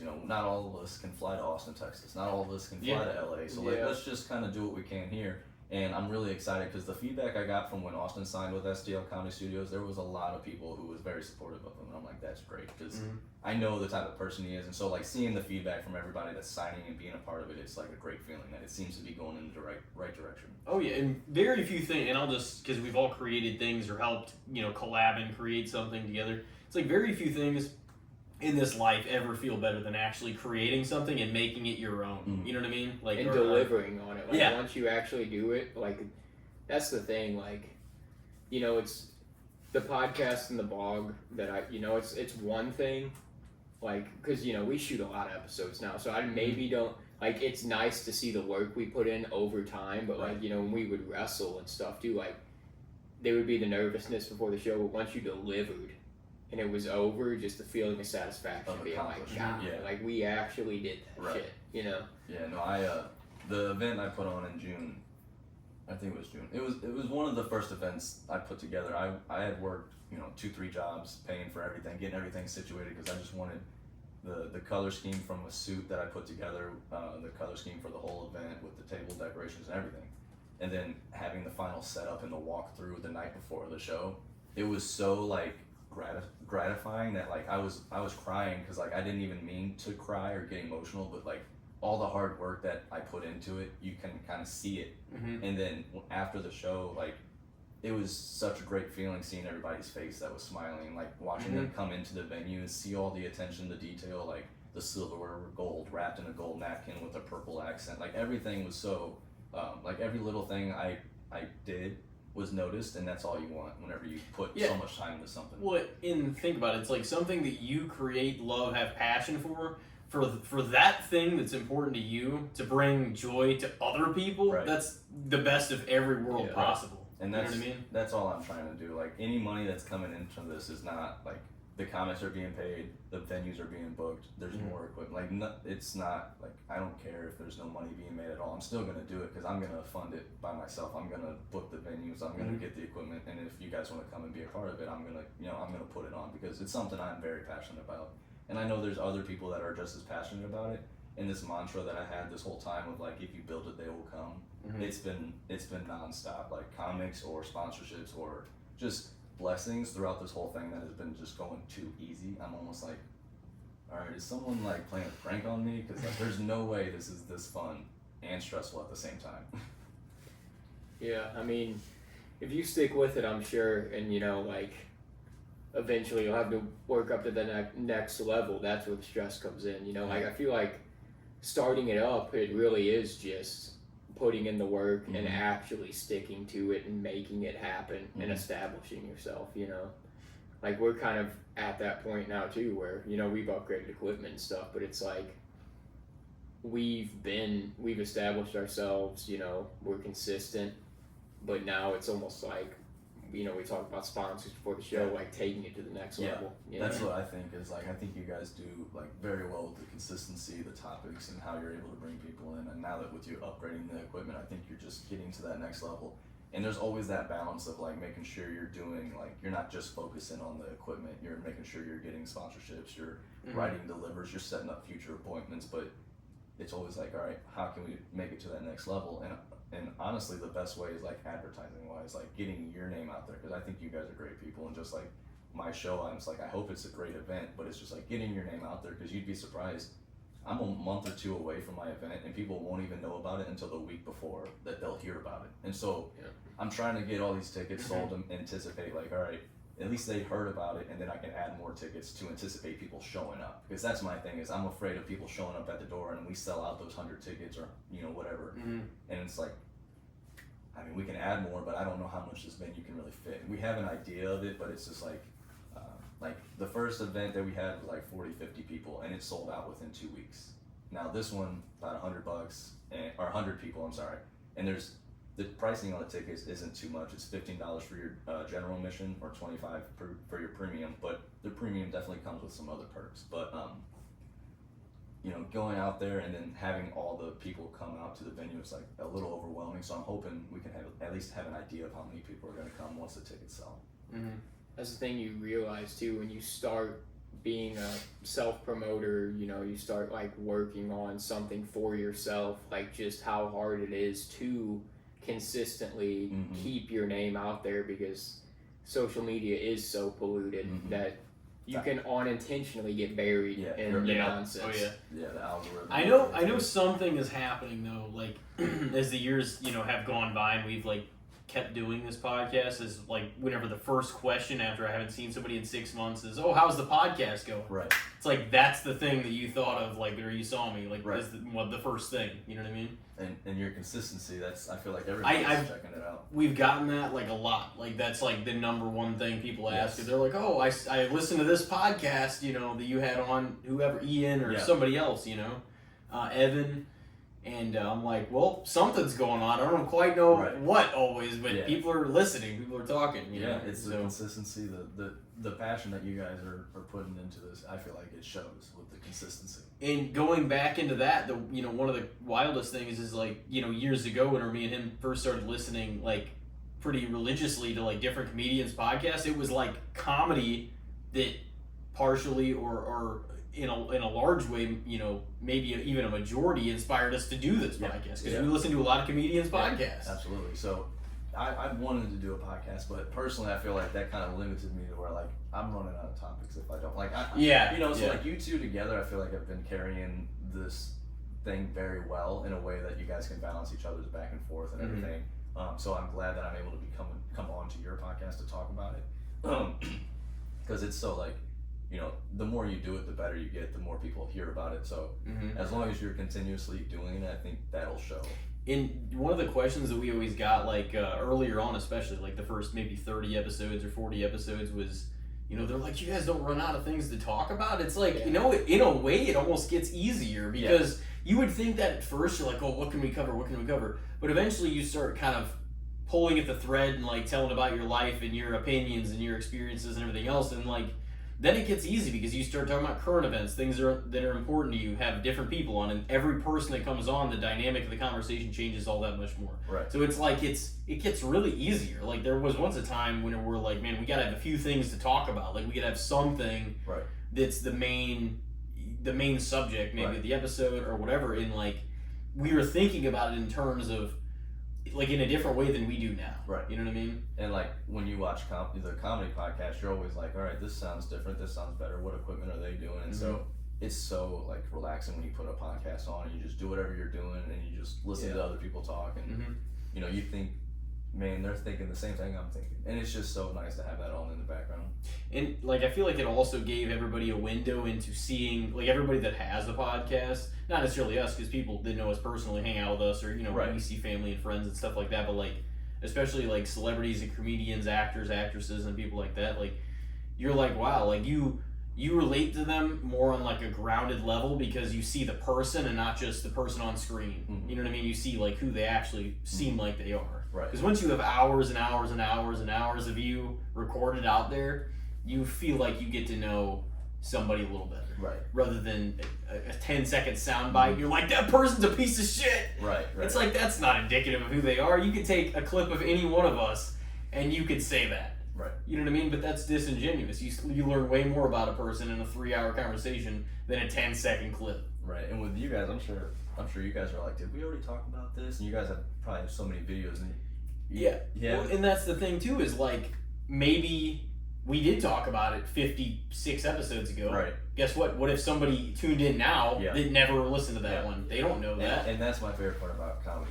So some of my material I'm gonna keep working on, because there's some jokes that like I like the way this is, but I want to keep working on it. So with our show being on once a month, you know, we record our shows and we put some of them on YouTube. We don't put all of it out on YouTube just because of the fact of like, hey, I'm still working on this. I don't want this part out, because once you put a joke out on YouTube, it's kind of dead. Or like when you see someone put a special out on Netflix, that material they've already been working on for a year, so they're not really wanting to work. The special's the final stop of their, because that's what everybody sees. So what, like, I want to have that accessibility to work on my material, whether it's the same joke or not. And so just having that repetition of once a month, get ready for these shows, once a month, you know, I'm just constantly promoting. So starting January 1st, I mean, I'm going to be nonstop promoting like show after show after show, because 5 people show up, cool. 10 people show up, cool. I'm still going to work on my material as well as other people. So that's all we can really hope for.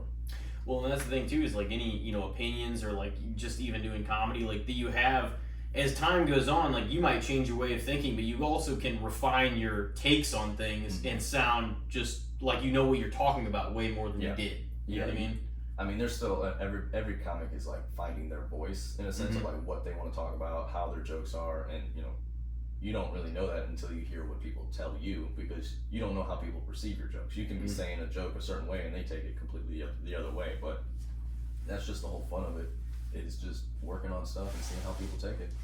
Yes. Yeah. You guys want to go to a break and come back in with the segment? I would love to smoke some weed right now.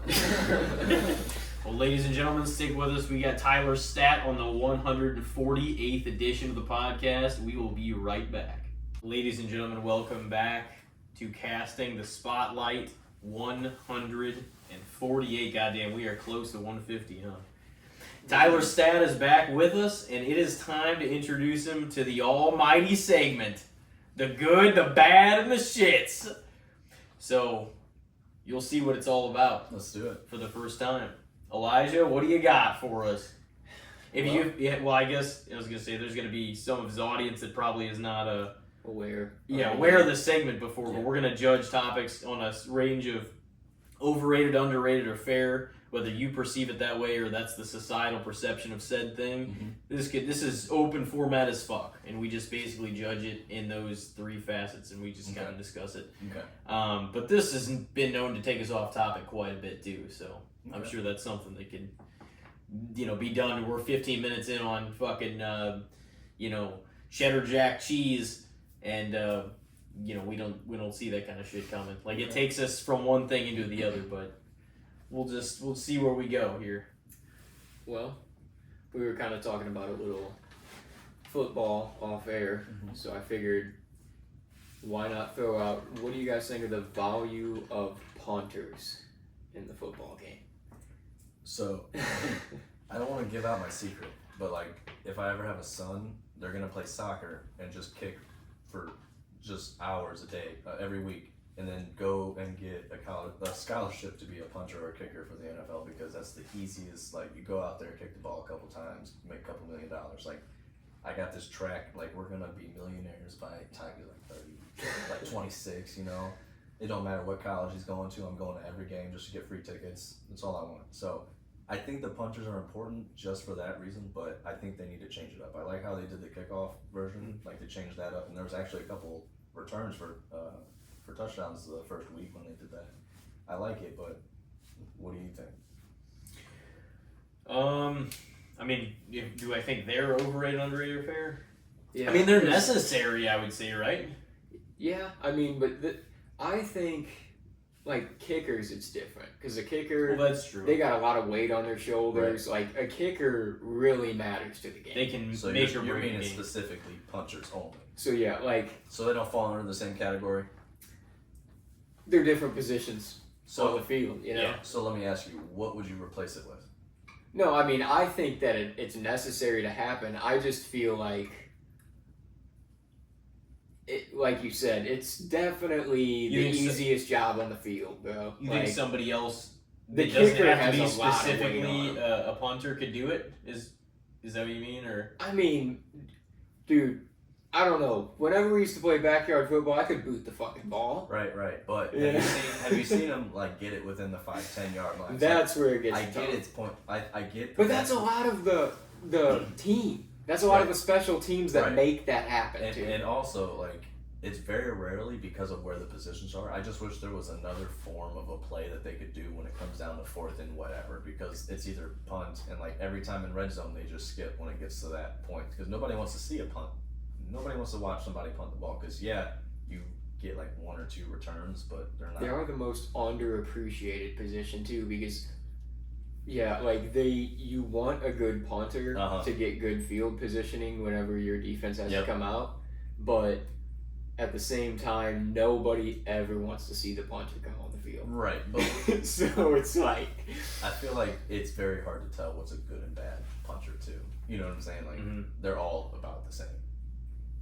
Yeah, but you can have bad punts. Like, yeah, it also is, I don't know if, that's the thing, is there any technique to getting the spin of the ball to when it comes down, it goes the other way? They say that, but I mean, come on. But yeah, how? But like, my favorite thing is like, name one really, really good punter. That's because they're underappreciated, you know? You think? I think. Do they do enough to have to swallow up an enormous amount of appreciation? I mean, I kind of shat on him at the top. That's the thing. It's the this or that with a punter. It's like, do you want to look at it from this outlook or that outlook? Like, they are, in a sense, the most pointless position, but in a sense, they also could somebody else do the matter job? To the point of the game. But a lot of the reason for them mattering is the kickoff team getting down there and stopping the ball, and getting that good field or position. the offensive lines when they get like a blocked punt or a punt return is one of the most like exciting things to see. Yeah. Like a kickoff return punt, like a kickoff return for a touchdown. That's really cool because there's a whole bunch of people, but a punt return is like so like I feel like it's another level of like not very many people do that. Yeah, it's definitely more difficult to do a punt return. And then if you block a punt or block a kick, it's like that's really cool to see. You watch it on replay because the kid's diving with his fingertips out. But punters too, it's like they almost can only personally fuck your team over. Yeah. Because, like, they could kick the ball out of bounds, and then it's like, oh, well, they get an extra 10 yards for that because the punter fucked up and couldn't even get the ball on the field. So it's like, I think they matter to the game, but, like, there's times where I'm watching TV and I'm like, dude, I should have been a punter in the NFL. That's what I'm saying. Like, because I had a tee in my backyard, I would just kick that shit around. I could drop it down. I could do the punt shit. $2 million. I could knock that shit out. I should have just said in high school, hey, I'm obviously little. I don't want to get fucking smoked out here. But I'll be the punter or some shit, man. No, it doesn't seem like it'd be that demanding of a job. You know? I mean... And if they do happen to smoke me out there, at least I'm wearing a shit ton of pads. And it's like, then my team gets a lot of yards because they're not supposed to do that shit. But I feel bad though, because if you have a bad punt, everybody blames you, and you didn't do anything different. You know what I'm saying? The game is like somehow it's your fault. I feel like that's really the problem, like the thing with the kicker though. Yeah. Like if the kicker misses a big time field goal, that whole team is like, don't even sit by me on the bench, dude. You fucked up. You suck. It's just your fault. But I just saw, I think it was Washington or somebody just signed a kicker because they just released one last week or so. And he kicked the winning field goal at the end. It was just this week. I don't remember what it was. And the whole team like lifted him up, and he was just like, yeah, because they were like, finally got a kicker that'll kick good. And I know the dude that was previously that kicked for him. Like, man, fuck that guy. You know what I mean? He was probably so mad because he missed a kick. He's like, oh, fuck that guy. But that's the thing too, is the kicker. You could also be the fucking hero. The team could be like, this is the bang. You know? Give this guy a beer and show him some tits. Dude, that game that Joe Burrow, like, you know, on the road to meet the Rams in the Super Bowl. That one game, he met him. Well, yeah, but that game that the Bengals had, McPherson kicked. Like, he's the one that won him one of the games. I forget if that was the division game. It was the AFC Championship at home. I was there. I cried. I got a rally towel and I used it to soak up my tears. Well, there was one game where he scored almost every time. You don't understand. Like I love football so much. So like it doesn't matter if it's like if it's a team I don't like. I'm still gonna be like, all right, that is what cost them that game right there. Like, I'm dissecting like who has the possession with the most time. Like you generally know. Like I can tell who's gonna win by the fourth quarter without much time left, just because of how the dynamics work. Unless there's like an unbelievable play. I watched. It was right before halftime, and the Chiefs tried to score a touchdown. They were on the goal line. They went like fourth down. They went for it. I'm like, they should just kick it. They need to just kick it. If they would have just kicked it, because Tyreek Hill couldn't get in the end zone like 2 or 3 times. If they would have just kicked it, we wouldn't have needed to go to overtime in order for McPherson to kick it and then to go to the Super Bowl. If we were up those 3 points, we would have won by those 3 points, no matter the outcome. So I'm literally just like kick the ball. You know what I'm saying? But yeah. There was one game on the road though in that playoff run that he kicked like almost all of their points, and then like his jersey like sold out. Yeah. Like he did so much for that team. He became Kick Fearson. It's really funny because we were sitting next to these guys that they were Bengals fans, and they were like they had these beanies, like the ski mask. It was like an orange ski mask with a bee on it, and they were getting drunk and rowdy. And me and my buddy were sitting next to this guy who was drunk, and he's a Chiefs fan. He had like a Chief hat with like a thing, and every time the Chiefs did something good, he'd turn around and talk shit to them. And I'm like, dude, stop! It's gonna bite us in the ass. Dude, stop! Oh, yeah. Like in my head, I'm like, stop. Of course, they come back to win. Who was talking shit? The Bengals guys. Like they were just like, oh, dude, and I'm just. By the end of it, though, they traded their hats for me, and it was like a cool moment between two different fans that don't like each other or don't like, but they traded. Like the Chiefs fan ended up with the beanie of the Bengals, and then the Bengals fan ended up with the hat for the Chiefs. It was kind of cool, but I'm like, do you think the Bengals guy like shit on it or threw it out the window? Like, honestly, I mean, that's honestly one of the best ways I can go down though, because a lot of football stadiums around the world, right, it would end up with fists being thrown. Right. I was like, especially when there's alcohol involved. Like, right. I was like, wow, they're swapping. Like, I wouldn't swap my stuff for someone else's team, but I guess I'm just glad I watched it. Like I just didn't want to be a part of it, but it was like cool. All right. And then 4 hours driving back, you see people in Bengals cars like cheering, and I'm just like 4 hours of just tears. Just like my grandpa. So listen, my grandpa never calls me during this football season. Only when the Chiefs lose. So the year they won the Super Bowl, he only called me 2 or 3 times a year because they only lost us 2 or 3 times, right? And I would always be like, you don't even know what you're talking about. The Chiefs are gonna win. He tried calling me 6 times when I was driving home from that loss, and I didn't answer one time. It was a week later. He goes, "How come you didn't answer my phone call?" I'm like, "I knew what you were gonna say." Like it was just like he wants to see the Chiefs lose. Yes. He just wants to see me sad. I guess I don't know. Like, he calls him when he knows he's at a low. He's like, "This is gonna be." And then he found out how much I spent on the tickets to go to that game. Oh shit. Yeah. I said I'd still pay every penny to be sad again. It was worth every penny. Yeah. I mean, being there live, it's an experience. Yeah. Yeah. So punters, huh? Yeah. What do you think? You think they're overrated, underrated, or fair? I think they're fair, but I definitely feel like it should be a switch on like how the play should be. I don't know how they can change it, like whether it's a lineup or something. Like I just think something drastic needs to change because why have that one play in the game that everybody changes the channel or something? You literally swap. That's the thing. They're not even the same as the offense or the defense. It's a totally different set of players for like a couple plays a game. Oh yeah. Most of the time they're backup running backs, backup, that they're just on the team and they're like, yeah, put them there. And it's like, yeah. But occasionally you get like a Devin Hester that just pops out among the few that they're like, this guy's he did it last year, I think, a couple times. And I think the fantasy league I was in, they had points for special teams. And every time Raheem Shaheed ran it back for a touchdown, he saved my ass. Like, he was a wide receiver, but he did more points as a special teams player, so it was cool. I would probably say fair also, just because I don't necessarily have any strong feelings towards punt returners, like, you know what I mean, like punters. But like, I also don't think the perception of them is that big and grand either. You know what I mean? Not like I don't necessarily think people shit on them or anything, but they do. I don't really. Nobody I don't. wants to see But them I definitely don't think anybody like talks highly, and I don't think they're acknowledged for better or worse that much. Yeah. To sway either. I don't know. But that's what's ironic is whenever they're actually in the game, like they can definitely fuck you. But like that's the thing. A wide receiver can drop a pass that he most certainly should have caught. That could have made all the difference too.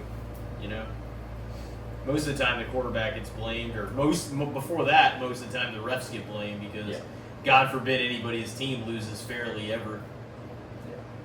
Yeah. Nobody can accept that. It doesn't happen. Yeah. That's such nonsense. Everybody will complain about something, no matter what. You gotta have an excuse for why they lost. It's like, that's not the reason you lost 14 times this year. My favorite is reading the comments on things. Like, there's a new thing now that people will comments, a lot of hate on comments. So it's like hate from Missouri or hope you die, like just very bad things. And I'm scrolling through, and I'm like, how can you say this to somebody who's just trying? It's so brutal. These days, you can't even like see on social media a picture without just on one side or the other. People are like, people aren't really even coming in as angry as they used to. Now they're just like reacting at everything to like for it to be the harshest reaction. You're seeing so many things that they're like, oh, she's the best ever or whatever, and everybody's like laughing at the reaction. You're like, oh my god, people are just done. They're just like, ah. Like, yeah, fucking right. That's stupid. That's like the common if you thing. get more laugh reacts on a comment. It's like the most negative thing. Get laugh reacts. Yeah. That's what I go to. When I go on Instagram and stuff like that, I'm scrolling through, I'll find a funny photo, like it might be just a funny looking person. I immediately go to the comments, because I know someone's going to say the funniest thing ever. Oh yeah.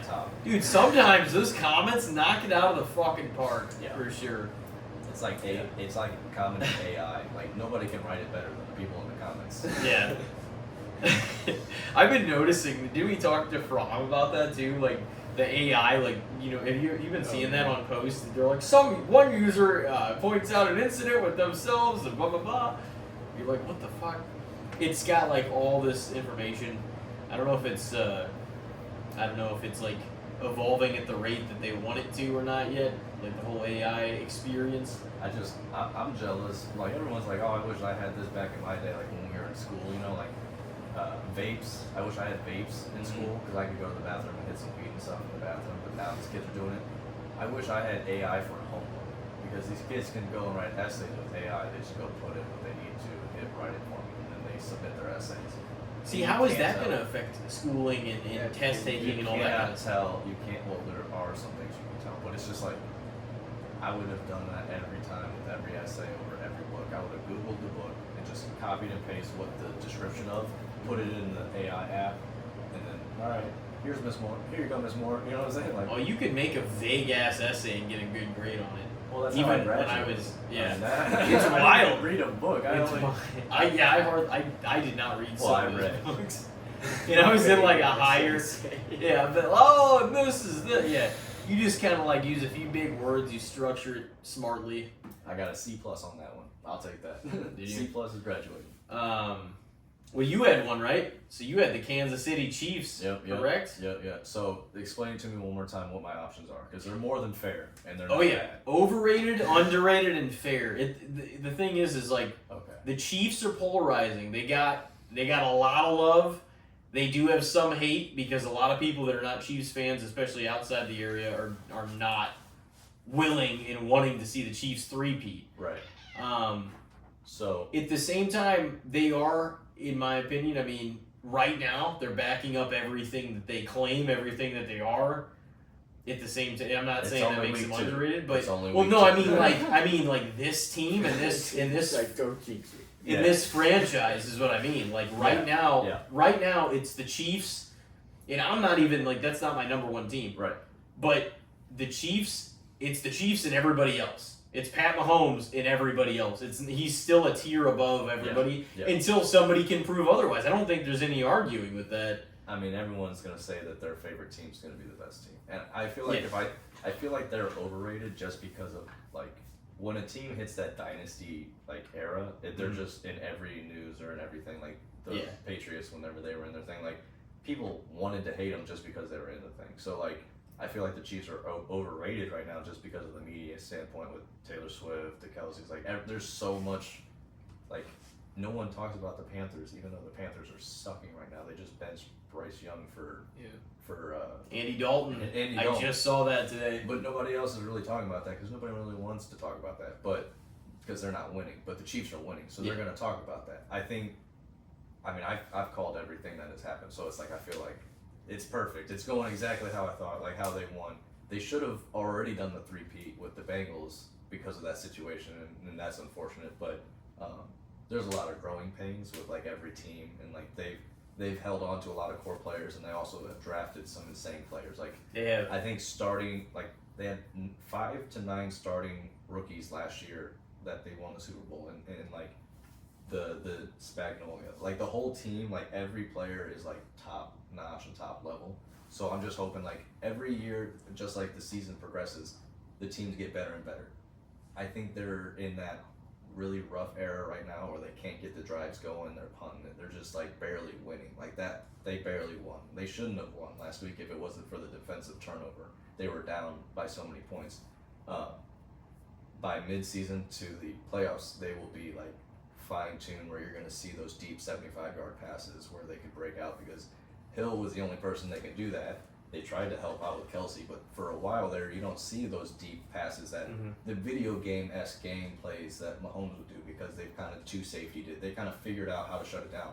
They put these wide receivers that run so fast. Like everyone's freaking out with Rashid Rice. I'm over here with like Xavier Worthy is the best fantasy pickup that I've ever like.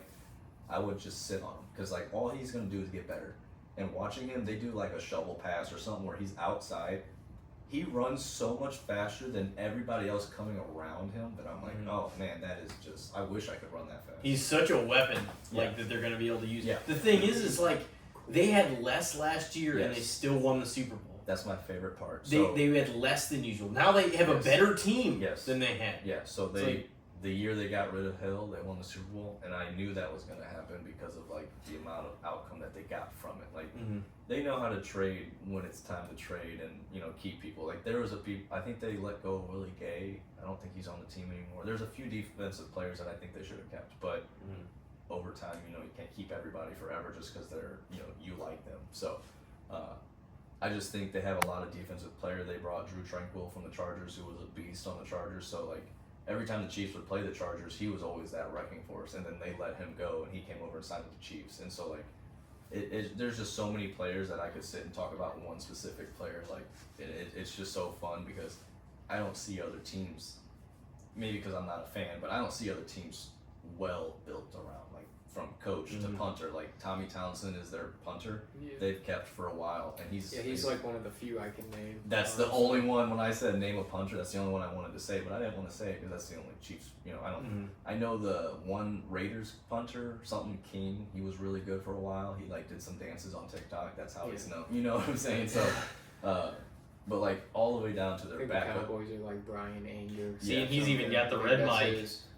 Yeah, that's true. Goddamn. But all I'm saying though is down to the secondaries, to the backups, to the coaches, to the staff. Like you can't name a better team. So if they don't top to bottom, though, it's the thing is like the Niners have like probably a more qualified roster in a lot of ways, but some of those guys.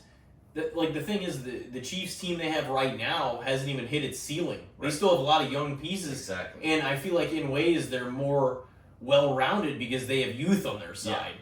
Whereas the Niners are all-star cast, all-star players, but they are aging. Yes. And some of them are getting out of their prime window. Yeah. I when you were thinking of another team that's like right up there with them, I was trying to think of like the Eagles, I guess, but not anymore because of like... The difference is age. And when you said the 49ers, I was like, yeah, duh, I should have known. But that team is very overall, like, they have a really good balance. But I feel like they just lack in those little, like, the quarterback or just little sections that, in, like, the age of, like, Deebo Samuels. Brandon Ayuk's pretty good, but... Yeah, they're not going to keep the same team. No. Do they still have Ray McLeod? No. Yeah. Do they? I thought he might. No. Wait, isn't he's in? No, he's a foul. Yeah, he's playing tonight. I'm playing against him. Okay, well that's ironic. But and I fucking hope he didn't do shit. Their quarterback, they need a little bit better of a quarterback position. Their tight end's good, obviously Kittle's good, but you can't win like in this level of NFL. You have to have every position at top level, like down to the punter. Like if your defensive coach is just a little bit not like if your teams are matched evenly and just one defensive coach is not, experienced or as qualified, the other defensive coach is going to pick them apart. And it's just like crazy how like back in the day, if you had one star wide receiver, you're going to go to the Super Bowl. But now you can't win with Jalen Waddle and Tyreek Hill with the defense the Miami. There's worked out better for the Chiefs. Hey, but all I'm saying is all the things that you can't just have one guy win the Super Bowl. Like other than Aaron Donald, I guess, but he definitely helped that year. What do you think? I mean, you got your reservations about the Chiefs. I mean, I'm not a fan, but that's just because I'm not. I'm not gonna act. I like that. The way you said, I'm not a fan. I'm not gonna act like I've ever like been a fan though. That's the thing. Right. Like they've never been my team or anything. So it's like I'm not gonna be one of those people that was just like, that's my team now. You know what I mean? I respect that. Like I was a fan before Mahomes was like. That's what's the only shitty part about it. Is like everyone's like a fan now because they're winning. But like I was in my uncle's house watching them draft Mahomes. I was like, I think we just got a really good player. Like I literally remember that, and then I knew we were gonna win all this stuff. But I don't know. I'm trying not to be like I was a fan before the fans, but I went to the games. It's frustrating when that's the thing. Like if you anything that you've enjoyed, like if you've ever been like a fan of a music, like an artist or something, you're like, I'm really into this person. Then everybody starts liking them. Like 6 months later, you're like, man, fuck. You can't tell me you haven't stopped listening to someone because everyone else started listening to them. Yeah. Yeah, I do it all the time. All the time. I don't think I do that as much anymore, but I definitely have felt that. Like, I mean, if they start annoying me with like social media presence where it's like everybody sharing shit, then maybe. Right. But, or your perception changes in a way you're like, man, what they had, that weird, to bring back that word, that mystique they almost had when I thought they were this great at this level. Now it feels like they're not that great because everybody fucking loves it. You know what I mean? So it feels, so it's like, I've thought that too about certain. Not that they're bad, it just feels like, man, you're like, this isn't the same fucking guy. Now he's making shit to appeal to everybody, and it's Yeah.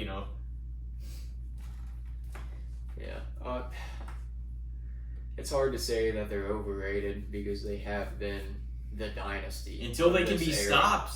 So they've got to kind of be fair, I guess. I mean, like I said, I'm not going to sit here and say I'm a Chiefs fan by any measure.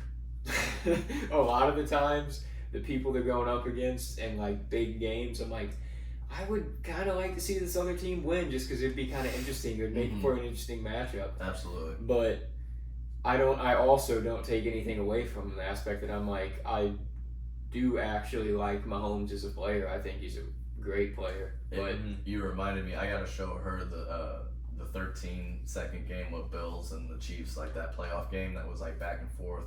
Like one of the best games I've ever seen in my life. There was like 4 lead changes within like the last two minutes of the Buffalo and Chiefs game, and 13 seconds left. They came back to win that game. Like games are just you kneel down when it's like a minute 30. And they're still throwing touchdowns less than a minute. Like there's 13 seconds left, and it's just you can't leave Mahomes anytime. Anytime. It's like anytime. He's the Brady of this era in that aspect because Brady was the same way where you could have a 4-point lead on him and give him the ball back with 22 seconds, and you're like, fuck, man. When he sits in that position, he's just like. Oh yeah, he's starting a war with himself. Yeah, he's about to come back and win. Like you can't. Here's the thing, even with Mahomes, is like a regular season game or playoff or whatever. Honestly, like being up on the Chiefs 17-0 at the half is still not comfortable enough because he can fucking turn that around. And what I love is they matched his performance with the defense that he needs because like even the games he's not able to get those downs because the offense isn't clicking. The defense do those turnovers for those touchdowns, or the defense is able to stop those goal line 4th down conversions and stuff like that, and it's just like back earlier when we got Alex Smith, Jamal Charles, or I think Jamal Charles. Yeah, it was Jamal Charles. And then he was like so good for a couple years, and then he got the injury bug too, where they kind of ran him into the ground. Right. Well, that's all. They didn't have any wide receivers. I think there was a season where they did not have a wide receiver score a touchdown. Like that's how bad it was at that time. So like the defense is just as good as our offense to help balance that out. They I love that because of Tom Brady doing the structure on his contract, it showed other people like Mahomes. Like when you see those large contracts, he's not up there. He's not top 10 on highest paid. He's restructured it like multiple times to free up cap space. Yes, for Chris Jones. For they signed someone up. It helped. They also got several million, like 14 million added onto the salary cap this year. Every team. Yeah, there was some major signings that because of him restructuring his contract allowed us to keep these key players. And that's if you want to win, you got to do that. Yeah. No, and that was why it was going to be interesting to see how the Dak thing played out, because now they're paying so much to like the players they are, and like he was like, no, like none of those guys that are stars on the Cowboys wanted to accept anything less than the highest paid position at that position, regardless of if they. Jerry Jones, he's Vince McMahon. He's out of touch as fuck. He's a step down. He's the Joe Biden of the football organization. He's like he's fallen over standing up. Yeah. But so a little deep cut. I was in this mental facility, and like I felt like the only sane one out of all these crazy people, right? And I'm like, I don't belong here, and I'm just waiting for my time. Like I should be getting out in like an hour or so. Like I've already did the thing, and it's Sunday, and the only like piece of like real world is like the TV. I'm watching football, right? These nurses come in, and like you would think these people have grew up with these nurses and they're like best friends. This one dude comes over, he's sitting next to me, and I'm not saying a word to nobody. I'm just like minding my business. I'm ready to get out. And he's talking football, and I'm like, oh, okay, he knows stuff about football. And I start talking to him, and you would think he had to double take everything I'm saying. He's like, oh, you're not crazy? Like, you know what I'm saying? Like, I'm talking about Dak Prescott, Patrick Mahomes, all this stuff. He's like, I'm a Dallas fan. And I start going in on the second string. He's like, oh, okay. And he was, they said my name or something about leaving. He's like, oh, no, I was going to keep you here, talk more about football. I'm like, you can call me tomorrow because I'm not going to be here, you know, like, messing with him. But I had to explain to him, like, Dak Prescott is not worth any money that he got. And their backup that they traded for 49ers, Lance, they need to give him a shot.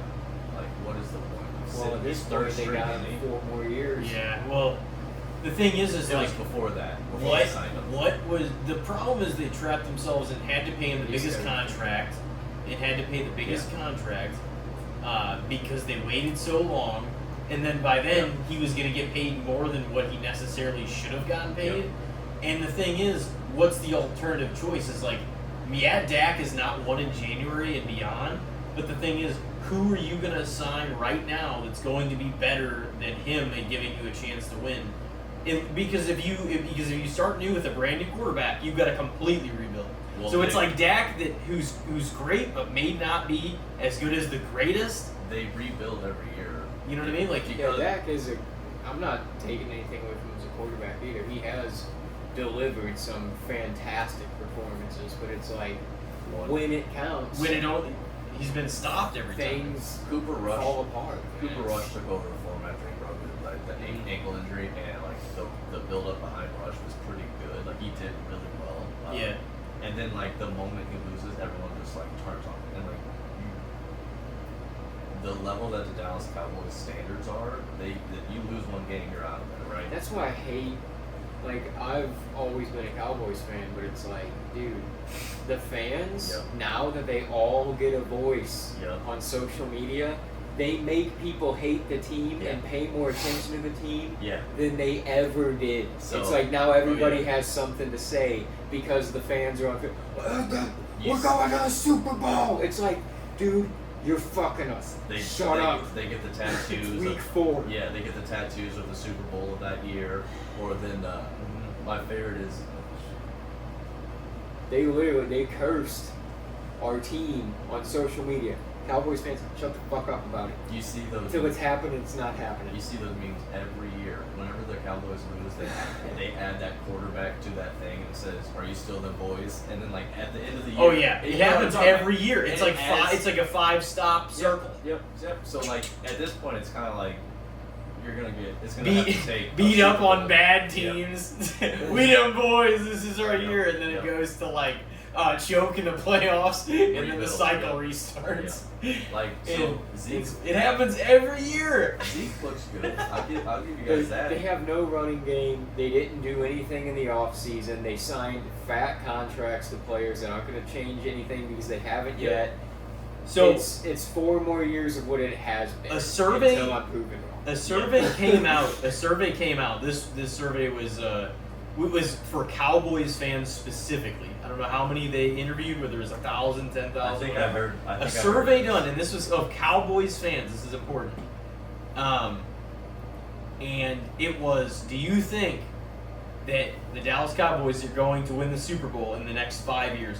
80% of them said no.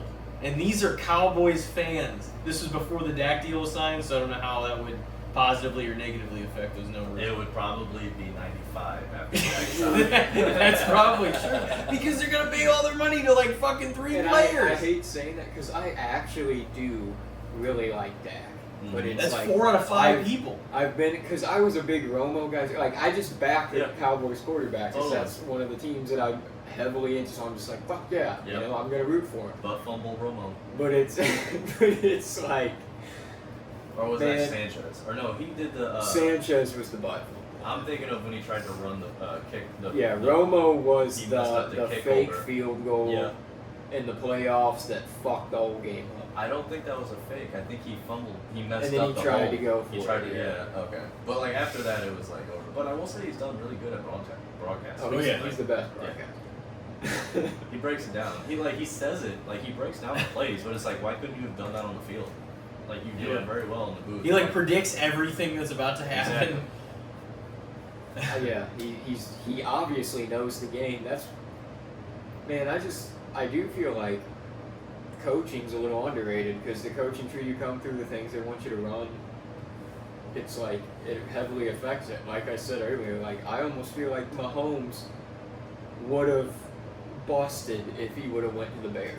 Yeah, you know absolutely. A lot has to do with what situation you end up in, where you get drafted into. And only certain quarterbacks have like a second or third shot on another team after a situation doesn't work out. Before they're like, all right, this doesn't work out. He's a piece of shit. Unless you're like Carson Wentz and you've been on like 6 different teams. Yeah, he's not starting anymore. But Baker is a good example.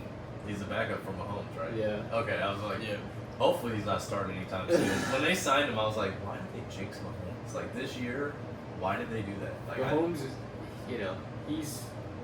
I'm not even gonna say anything because you'll be like, you're fucking me up. No, hey, say it. I was gonna say Mahomes, he's been proven to be kind of bulletproof. Like if he misses time, it's not much time. That knee injury where it was on the side and stuff. Yeah, my favorite thing is I can't wait to see like the Raiders and the Chiefs play because that's always a good matchup. But that whole puppet thing, like I'm here, like the whole thing, like the Raiders are just. They're asking to get an ass. Exactly. That's the problem. That's what I'm saying. But Max Crosby is one of the best players I've ever seen. Him tackle and play, blow up plays is like insane. So it's like, okay, but like it's still gonna be a good game. But it's just so funny how some teams can have like such an overall well team, and then some teams are just like they have an interim head coach that took over from the last head coach and players are getting arrested. What's the point of even having an interim NFL head coach whenever he's just gonna fucking lose his job 12 games later anyway? Well, is he like the assistant head coach like all year round? Is there like how the office has the assistant to the next general manager? Is there an assistant to the head coach? Yeah, that might be like. How did they just push them into the position? Because I don't know who would be Andy Reid's head coach position. You know what I'm saying? Like, I guess Matt Nagy, because he was like. Because didn't that happen with like Jeff Saturday? Wasn't that his name? The Colts guy, like pretty recently, where he just got pushed in for part of the year. And then he got beat on Sunday. Had to say that. Had to get that in there. But yeah, football is so great. I need to catch up with a lot of the trades because there's some teams that made off-season trades that I just can't. I haven't caught up with. So there's so many players that I'm like, I didn't even know he was on this team. Like the Falcons have signed some really new players. Do you think the Chargers serve as a more worthy opponent to him this year? The Chiefs? Yeah, but they don't have any weapons on offense. Yeah, dude, the Chargers They let go of Eckler, which I think they should have kept. Keenan Allen, I know he was old, but they should have kept him and signed somebody. Quentin Johnson. None of their wide receivers could catch all last year. Quentin Johnson, I think it was. And then Brandon Williams, I think. They had Mike Williams for a while. That's it, I'm sorry. And now he's a Jet, I guess, and he's just probably not even going to play, except... Really? I don't even know. That dude, he was the oddest player because like he would have a few weeks that he would score like 2.6 in fantasy, and then he'd have 42 points the next week. Yeah, that's like Justin. And you're like, Justin Ross or Gordon. Who was the guy that got who got in trouble for smoking weed a lot? Oh, Josh Gordon. Josh Gordon, and then like he'd sign to a team and everybody would hype him up, and he would do maybe good one game and then get kicked off for smoking weed. It's like, dude, Josh Gordon is gonna get caught with cocaine. I ain't signing the fucking guy. And I remember. And then the weed gets passed in the NFL. He's like, what the hell, man? I mean, but that was the thing. Josh Gordon, it was weed at first, but his next 2 charges was like cocaine. Really? No way. I thought it was all weed. I thought it was all like he got kicked out of the NFL. I thought because he was failing the weed drug test. I didn't know that. I thought it was just weed. I'm like, let him smoke. Yeah, I think they were just suspending him for that. But once he got like 2 different ones for cocaine, they were like, all right, you gotta go. And then he came back later, and then he got another charge for something else. It's like SpongeBob is like, how many times we gotta teach this guy a lesson? Oh, I love the young people. Yep. Oh man. Oh, that's fucking legendary. I was gonna say I got one, but I guess it's like kind of more across the board than like one rule specifically. But you know, because you've watched NFL football for like I assume like a majority of your life, right? Yeah. So what do you guys think of basically all the rule changes that have taken place, all kind of put in one nutshell over the last, you know, let's say especially like the last 10, 15 years, collectively all together. There's been a lot of things to make the game safer. There's been things that basically elevate the offense in the game. Mm-hmm. I don't think it's necessarily a bad thing, like in certain ways. I mean, whenever it favors, what some of your like general disgruntlements are like, you don't like how much it favors the quarterback sometimes. No, I just feel like they crippled the defense. Like every new thing that they come up with is just another way to make something illegal for the defense. Mm-hmm. It's just, it makes the game safer, but it also makes the game impossible for the defense to put up the numbers they ever used to put up. And these guys had, I mean, I'm not saying it was right by any means, but some of these guys probably look back, like from the Favre days and stuff, and be like, unbelievable. These guys now sitting out for the things they sit out for. Yeah, no, I definitely think as you asked that question, I was trying to think of like what's a rule that I hated, and I can't remember what it was, but because of how much it's such a common rule now, I don't even notice the difference of some of them. But like you said, how they crippled like the defense. I've seen so many plays where I feel like the cornerbacks or certain players have adjusted to those plays and have made amazing catches or just amazing plays that it's like they wouldn't have been doing that 5-10 years ago. They would have just tried to hit them in the head so they'd knock the ball out, because that's genuinely what they do. But now I'm seeing a lot of like, you see someone tackle and then all of a sudden the ball's free, but then they do the replay and there's so many tiny interactions of like punching the ball out, someone going around, and pass interference that I feel like there was always pass interference. And now there is some, but it's like you just have to be good at your position or you're going to get beat. It's not so much of like... The game has changed from being, I feel like, from my observation, I didn't watch I like here and there in the Super Bowl, the big games I did, but like I probably didn't watch as much young as you guys did, like really young, like when we were actually kids. But to my eyes now, it seems like it went from being... It's still rough, don't get me wrong. Players still get hurt all over the place. I'm not saying it's not. Like, I'm not saying there's... But it feels like it went from being, like, a rough game, like a fucking... This is a hard-hitting, like, full of just big-ass men hitting each other as hard as... And it still is, to some extent, but, like, that's kind of the perception of it. To a more, like, aesthetically pleasing... Yeah. Oh, that was a pretty play. Oh, look at what he just, like... More skillful. Yeah, kind of like a... artsy sort of, like it's always a performance anyway. These are like the highest trained athletes, in the world and shit in this game. But like, it kind of feels like it shifted from that to like, not that that's a bad thing because it's still football. Like these are still fully grown men that are, huge, colliding it. There's more elements to it than just being a big guy. Or just being the fastest guy. And there's so many things, and that's why I really like it too. Because like, back in the day, like I was saying, you could just have one star player and you're going to go to the Super Bowl. Now you have to have the whole team has to be overall really well in tune with each other. A lot of players' names now. I feel like, and a lot of positions. Yes, not just the running back. You get the left tackle, the center. Like we know Jason Kelsey. we wouldn't have known who Jason Kelsey was back in early 2000s, I feel like. So. Yeah, the linemen, dude. Offensive linemen are so underappreciated. Right.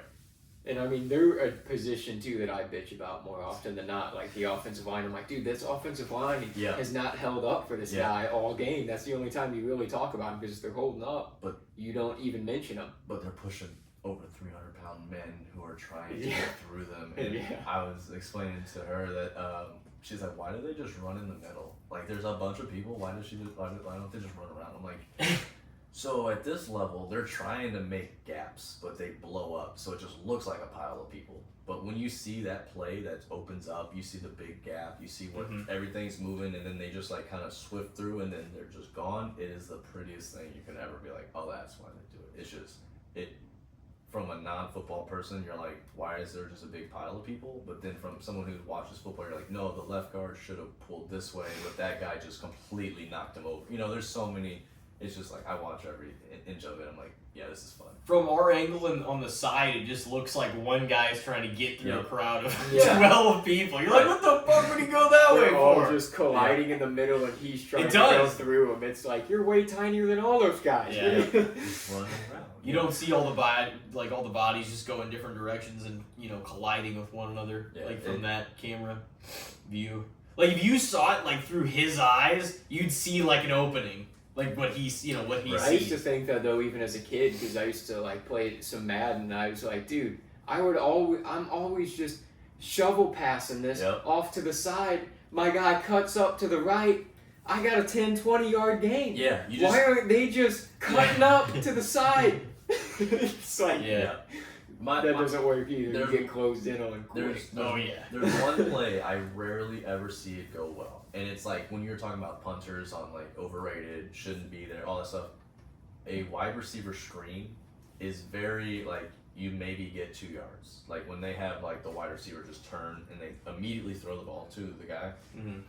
The cornerbacks are right there. And if they're not, there's like immediately tackling them. And I've never really seen one like screens are good. Like when they're running back, the offensive line, that whole dynamic is you have somebody in front of the running back. Mm-hmm. But when you just immediately throw it to the wide receiver, all the linebackers, the safety, the cornerbacks are like, he's got the ball. Like there's no disguise, there's no nothing. Yeah. Well, whenever they go up the side, like here's the thing too, is if somebody tackles that guy that doesn't go through the fucking, through everyone but around, by the time before he gets up there, because he's got to go all the way around instead of straight through, somebody's going to fucking pounce him whenever they meet, because you're going to have a lot more time, even though it all comes down to seconds, to like see him coming. Right. Somebody's going to get him, and he's going to get fucking knocked off the field.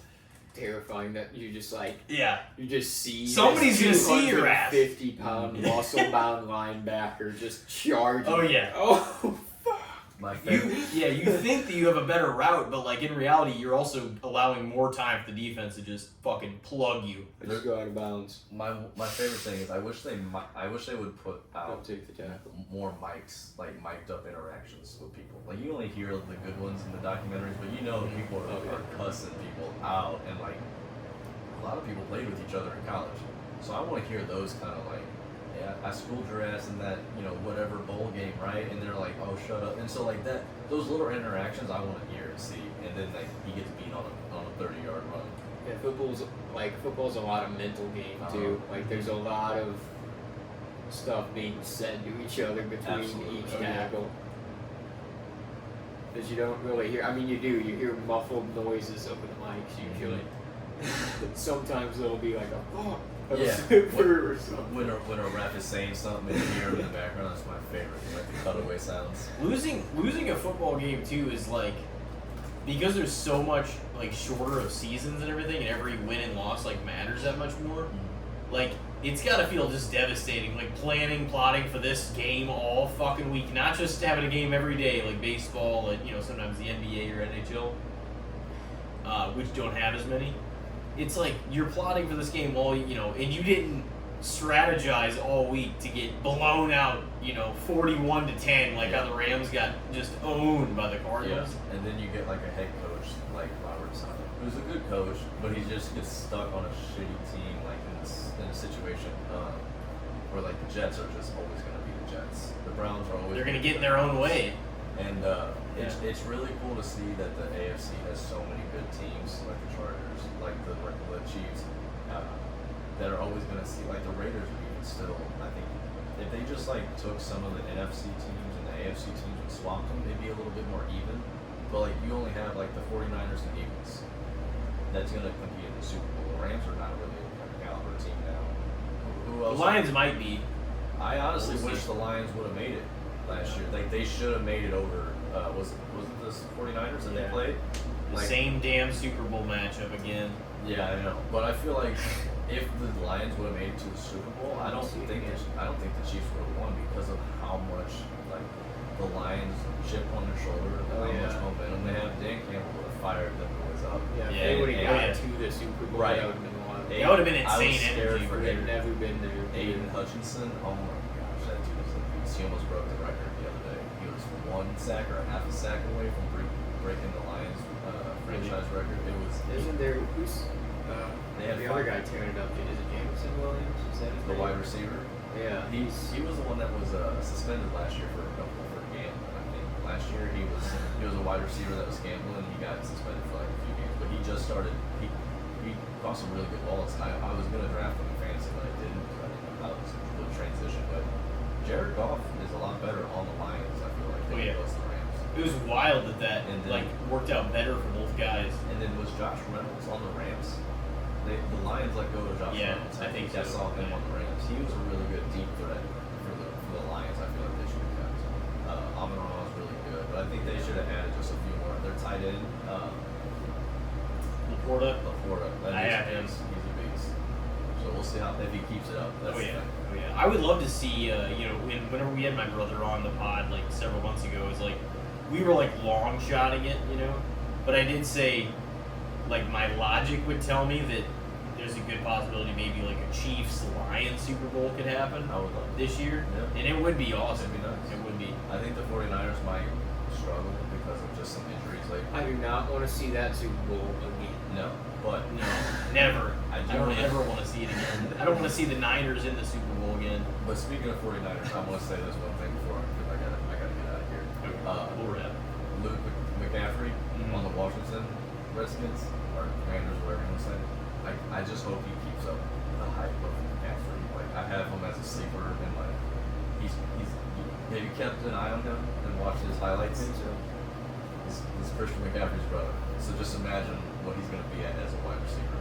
That family, the genes, the dad is going to be a player. Oh man, and the Commanders are going to be a good team. They got the new quarterback, Brian Robinson. He even shot, came back, and that dude can run.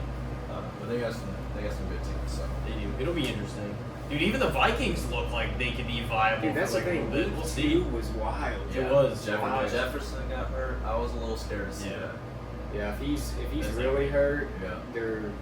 And that McCaffrey's out for like fucking 5 weeks. 5 weeks. Dude, he's out. He's on IR, so he's out a month. Wow. I heard that he was out, and then I saw Pacheco's out with a fractured tibia. All the people that drafted McCaffrey first, fucking missing him like I love it. I love a it. third to half a season. I love it. So that's wild. Let him suffer. Unless it was you guys, then I'm sorry. No one would be that dumb. Well, damn, dude. Well, thank you very much for coming on. Thank you, guys. I can't thank you enough. It's been a hell of a time. The time is just fucking flown. It's past quick, But no, I love it. I think it's awesome what you're doing. Like, it's really cool to see you. Thank you.